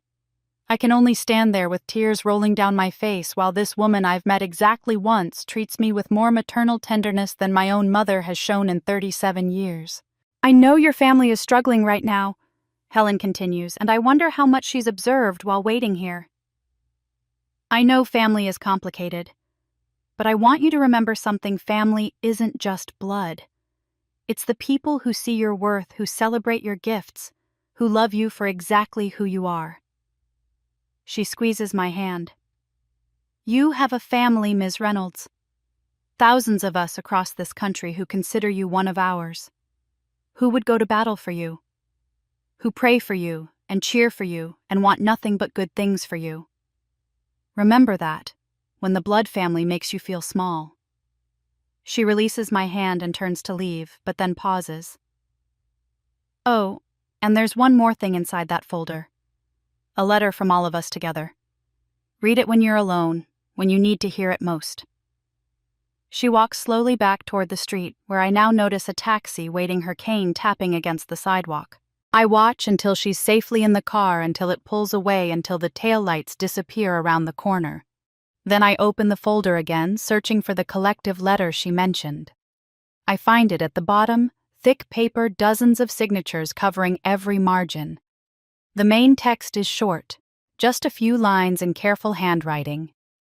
Dear Amber, you gave us our lives back. You gave us dignity when the world wanted to warehouse us. You gave us independence when others assumed we should be dependent. You saw us when we were invisible. Now we see you, and we want you to know you deserve to be loved the right way, with pride, without conditions, for exactly who you are. Thank you for everything. With love and gratitude, your extended family. I stand under the streetlight holding letters from people I've never met, crying in a way I haven't cried since I was a child. Not from pain, but from being seen, truly seen by people who ask nothing in return. Behind me, my parents' house sits dark and emptying, but in my hands I hold proof that I've built something more permanent than any childhood home. I've built a family of my own. The letters from Helen and the other patients stay with me through the following weeks as I navigate the aftermath of everything. The congressional testimony, the family crisis, the restructuring of relationships that can never return to what they were. I keep the folder on my desk, and on difficult days I open it and read a few entries to remind myself why this all matters. But Helen's words echo loudest. Family isn't just blood, it's the people who see your worth. I start making changes immediately. Care Connect expands from a platform into something more comprehensive, a nationwide network that becomes the model for elder care technology across the country. I hire not just for technical skills, but for values, building a team of people who understand that behind every data point is a human being deserving of dignity and care. We create a company culture where compassion isn't a corporate buzzword, but a daily practice. Julia becomes my chief operating officer. Marcus, who's been with me since the beginning, leads our expansion into 15 new states. We partner with rural hospitals, community health centers, and independent living facilities. The organization grows beyond anything I imagined 5 years ago, but it grows with intention, with humanity at its core. People start calling Care Connect the gold standard, not just for our technology, but for how we treat both patients and employees. Other companies try to replicate our model, and I'm genuinely happy about that. More people getting better care is always the goal. But I can feel myself fraying at the edges, stretched too thin between the company's growth, the ongoing family situation, and the emotional processing I haven't fully done. So I make a decision that would have been impossible for me even a year ago. I step back. Not permanently, not from leadership, but from the daily grind. I promote Julia to acting CEO for 3 months and rent a small cottage on a lake in upstate New York. A place where nobody knows me, where my phone has limited service, where I can exist without performance or expectation. The cottage is simple: 1 bedroom, a kitchen with windows overlooking water, a porch where I can watch sunrises that turn the lake into liquid gold. I bring Helen's folder, my laptop, and very little else. For the first week, I do almost nothing. I sleep late, take long walks, sit on the porch with coffee, and watch birds I can't name diving for fish I can't see. The silence is initially uncomfortable. I've spent so many years in motion, in productivity, in proving my worth through action. But slowly, the silence becomes something else. Not empty, but spacious. Room for thoughts. I've been too busy to think feelings I've been too defended to feel. I read the patient letters again more slowly this time, absorbing each story. I write responses to several, thanking them for their words, updating them on the company's growth. Some write back, and gradually a correspondence develops. These people, strangers who became family through shared purpose, begin to fill spaces inside me that blood relations left hollow. Helen calls every Sunday morning at 9. We talk about her garden, her grandchildren, the small dramas of her retirement community. But we also talk about deeper things: loss and resilience, aging and dignity, what it means to matter in a world that often treats elderly people as invisible. She asks about my week. Really asks, really listens. She tells me when I sound tired, when I need to rest more, when I'm pushing too hard. She mothers me in ways my own mother never did. In the quiet evenings, I start writing. Not for publication, not yet, but for processing. I fill journal after journal with memories, reflections, attempts to understand how my family's dysfunction shaped me and how I'm choosing to move beyond it. I write about the scholarship I lost, the years of being unseen the moment everything changed. I realize sitting in that cottage as autumn turns to early winter, that forgiveness isn't something I'm doing for my family. It's not about releasing them from responsibility or pretending the harm didn't happen. It's about releasing myself from the weight of carrying their failures, their choices, their inability to love me properly. I'm forgiving them because holding on to the pain is like drinking poison and expecting them to get sick.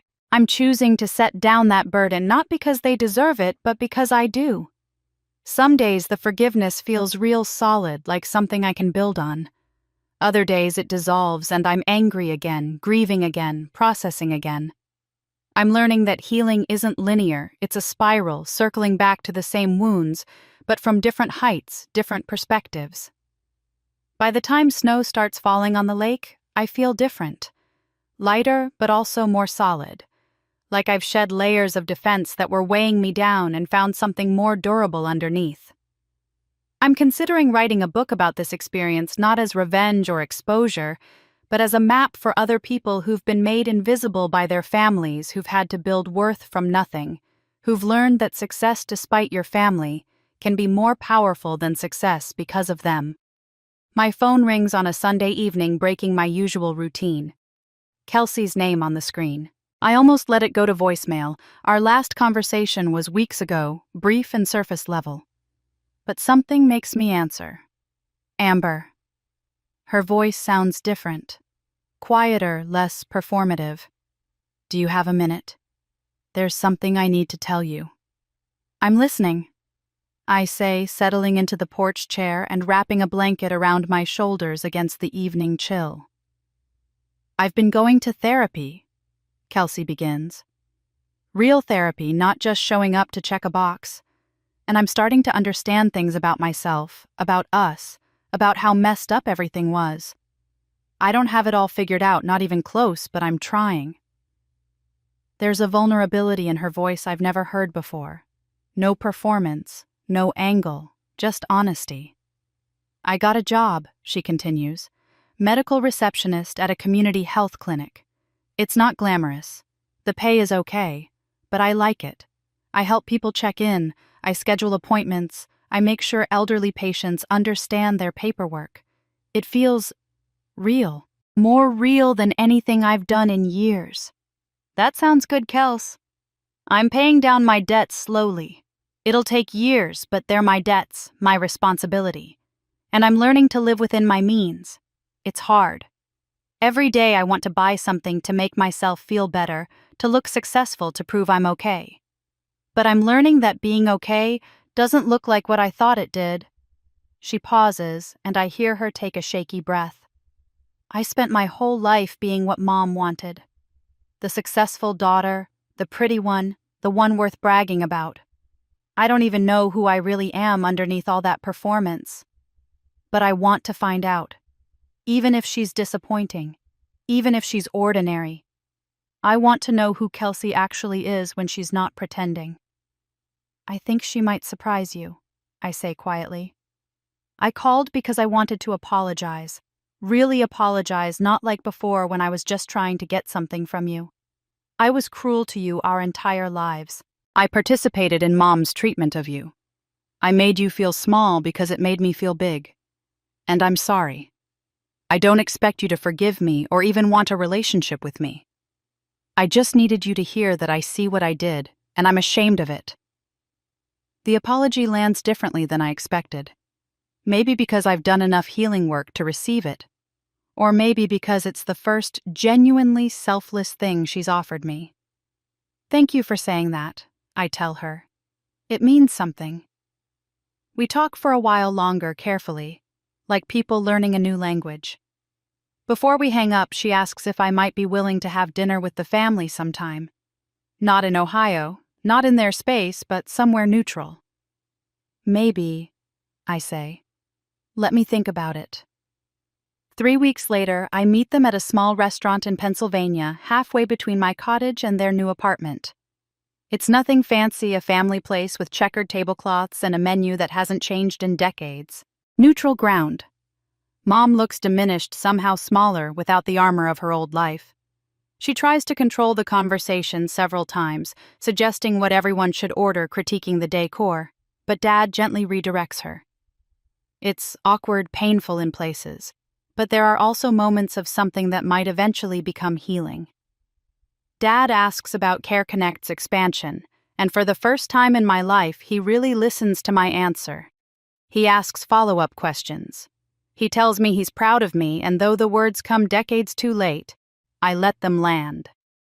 Kelsey washes dishes when we finish, insisting she wants to help the elderly waitress who's been kind to us. It's a small gesture, but it shows she's trying. Mom doesn't apologize again. She struggles to let go of control, to accept that this new dynamic isn't temporary. But she doesn't attack either. She just sits there, diminished and uncertain, trying to navigate a world where she's no longer the center. This isn't a happy ending. It's a realistic beginning. We're not fixed. We might never be whole. But we're trying, and maybe that's enough for now.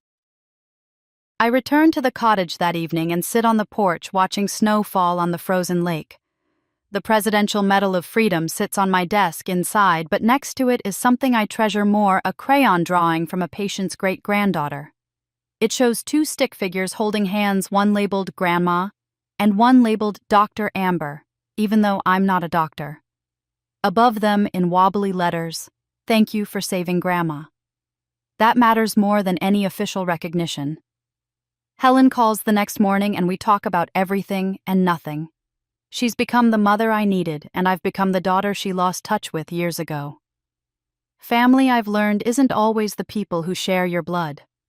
Sometimes it's the people who choose to see you, to value you, to love you for exactly who you are. I'm considering adoption. Maybe fostering teenagers who feel invisible in their own families, who need someone to believe in them the way no one believed in me.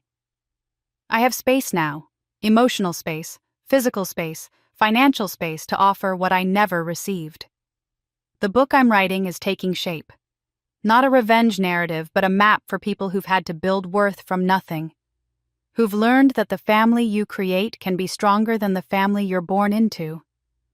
I look out at the lake, at the morning sun turning ice into diamonds, and I think about the future I've built with my own hands. A company that serves thousands. A chosen family that sees me clearly. A peace that comes from knowing my worth isn't determined by whether my birth family can recognize it. I didn't take revenge through cruelty. I elevated myself and offered others the choice to rise with me. Some took it, some didn't. But the invitation was genuine, and that matters. The path ahead is mine, built on my terms, reflecting my values, belonging only to me. And nobody can ever take that away. And that's where Amber's story brings us today. She built an empire from silence, proved her worth without needing their validation, and created a family from the people who truly saw her value. Sometimes the greatest revenge isn't destruction, it's becoming so successful that those who dismissed you can't ignore you anymore. Then choosing grace over cruelty when you finally have the power. But here's what I want to know from you. Have you ever been underestimated by your own family? Have you ever had to prove yourself to people who should have believed in you from the start? Drop your story in the comments below. I read every single one, and your experiences help others feel less alone. If Amber's journey resonated with you, hit that subscribe button and turn on notifications so you never miss stories about people who refused to stay invisible. Share this with someone who needs to hear that their worth isn't determined by whether their family recognizes it. And here's my question for you to discuss in the comments. Was Amber right to set such strict conditions for helping her parents, or should family forgiveness come without strings attached? I'm genuinely curious what you think. This story has layers, and I want to hear your perspective.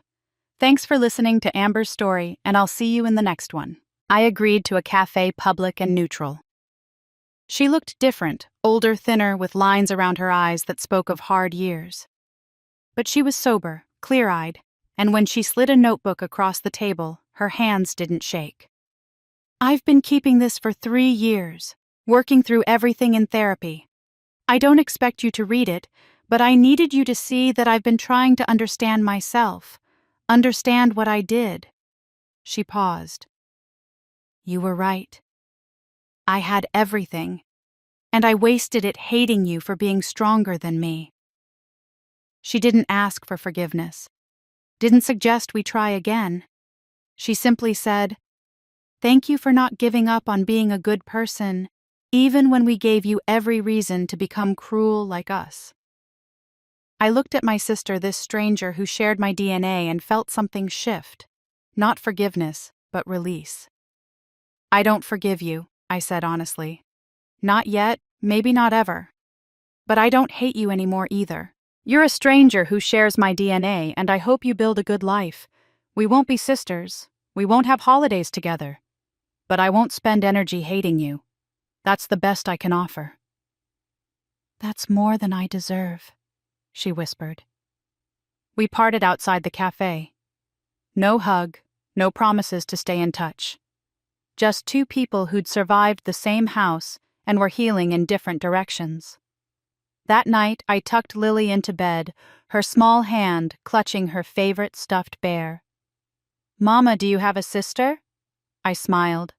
"I have someone I'm related to, but my real family is you and Daddy and Aunt Rosemary and all the people who choose to love us every day." "What if someone is mean to you?" "Then I walk away, because you can't force people to be kind, baby, but you can choose not to accept their cruelty." I kissed her forehead and closed the curtains on our home, a home filled with laughter, safety, chosen love. A home I'd built from nothing. Sometimes the family you build is stronger than the family you're born into. If Tara's story moved you, hit that subscribe button and turn on notifications, because stories of survival strength and breaking free from toxic families need to be heard. Drop a comment below. Have you ever had to set boundaries with family members who couldn't accept your success?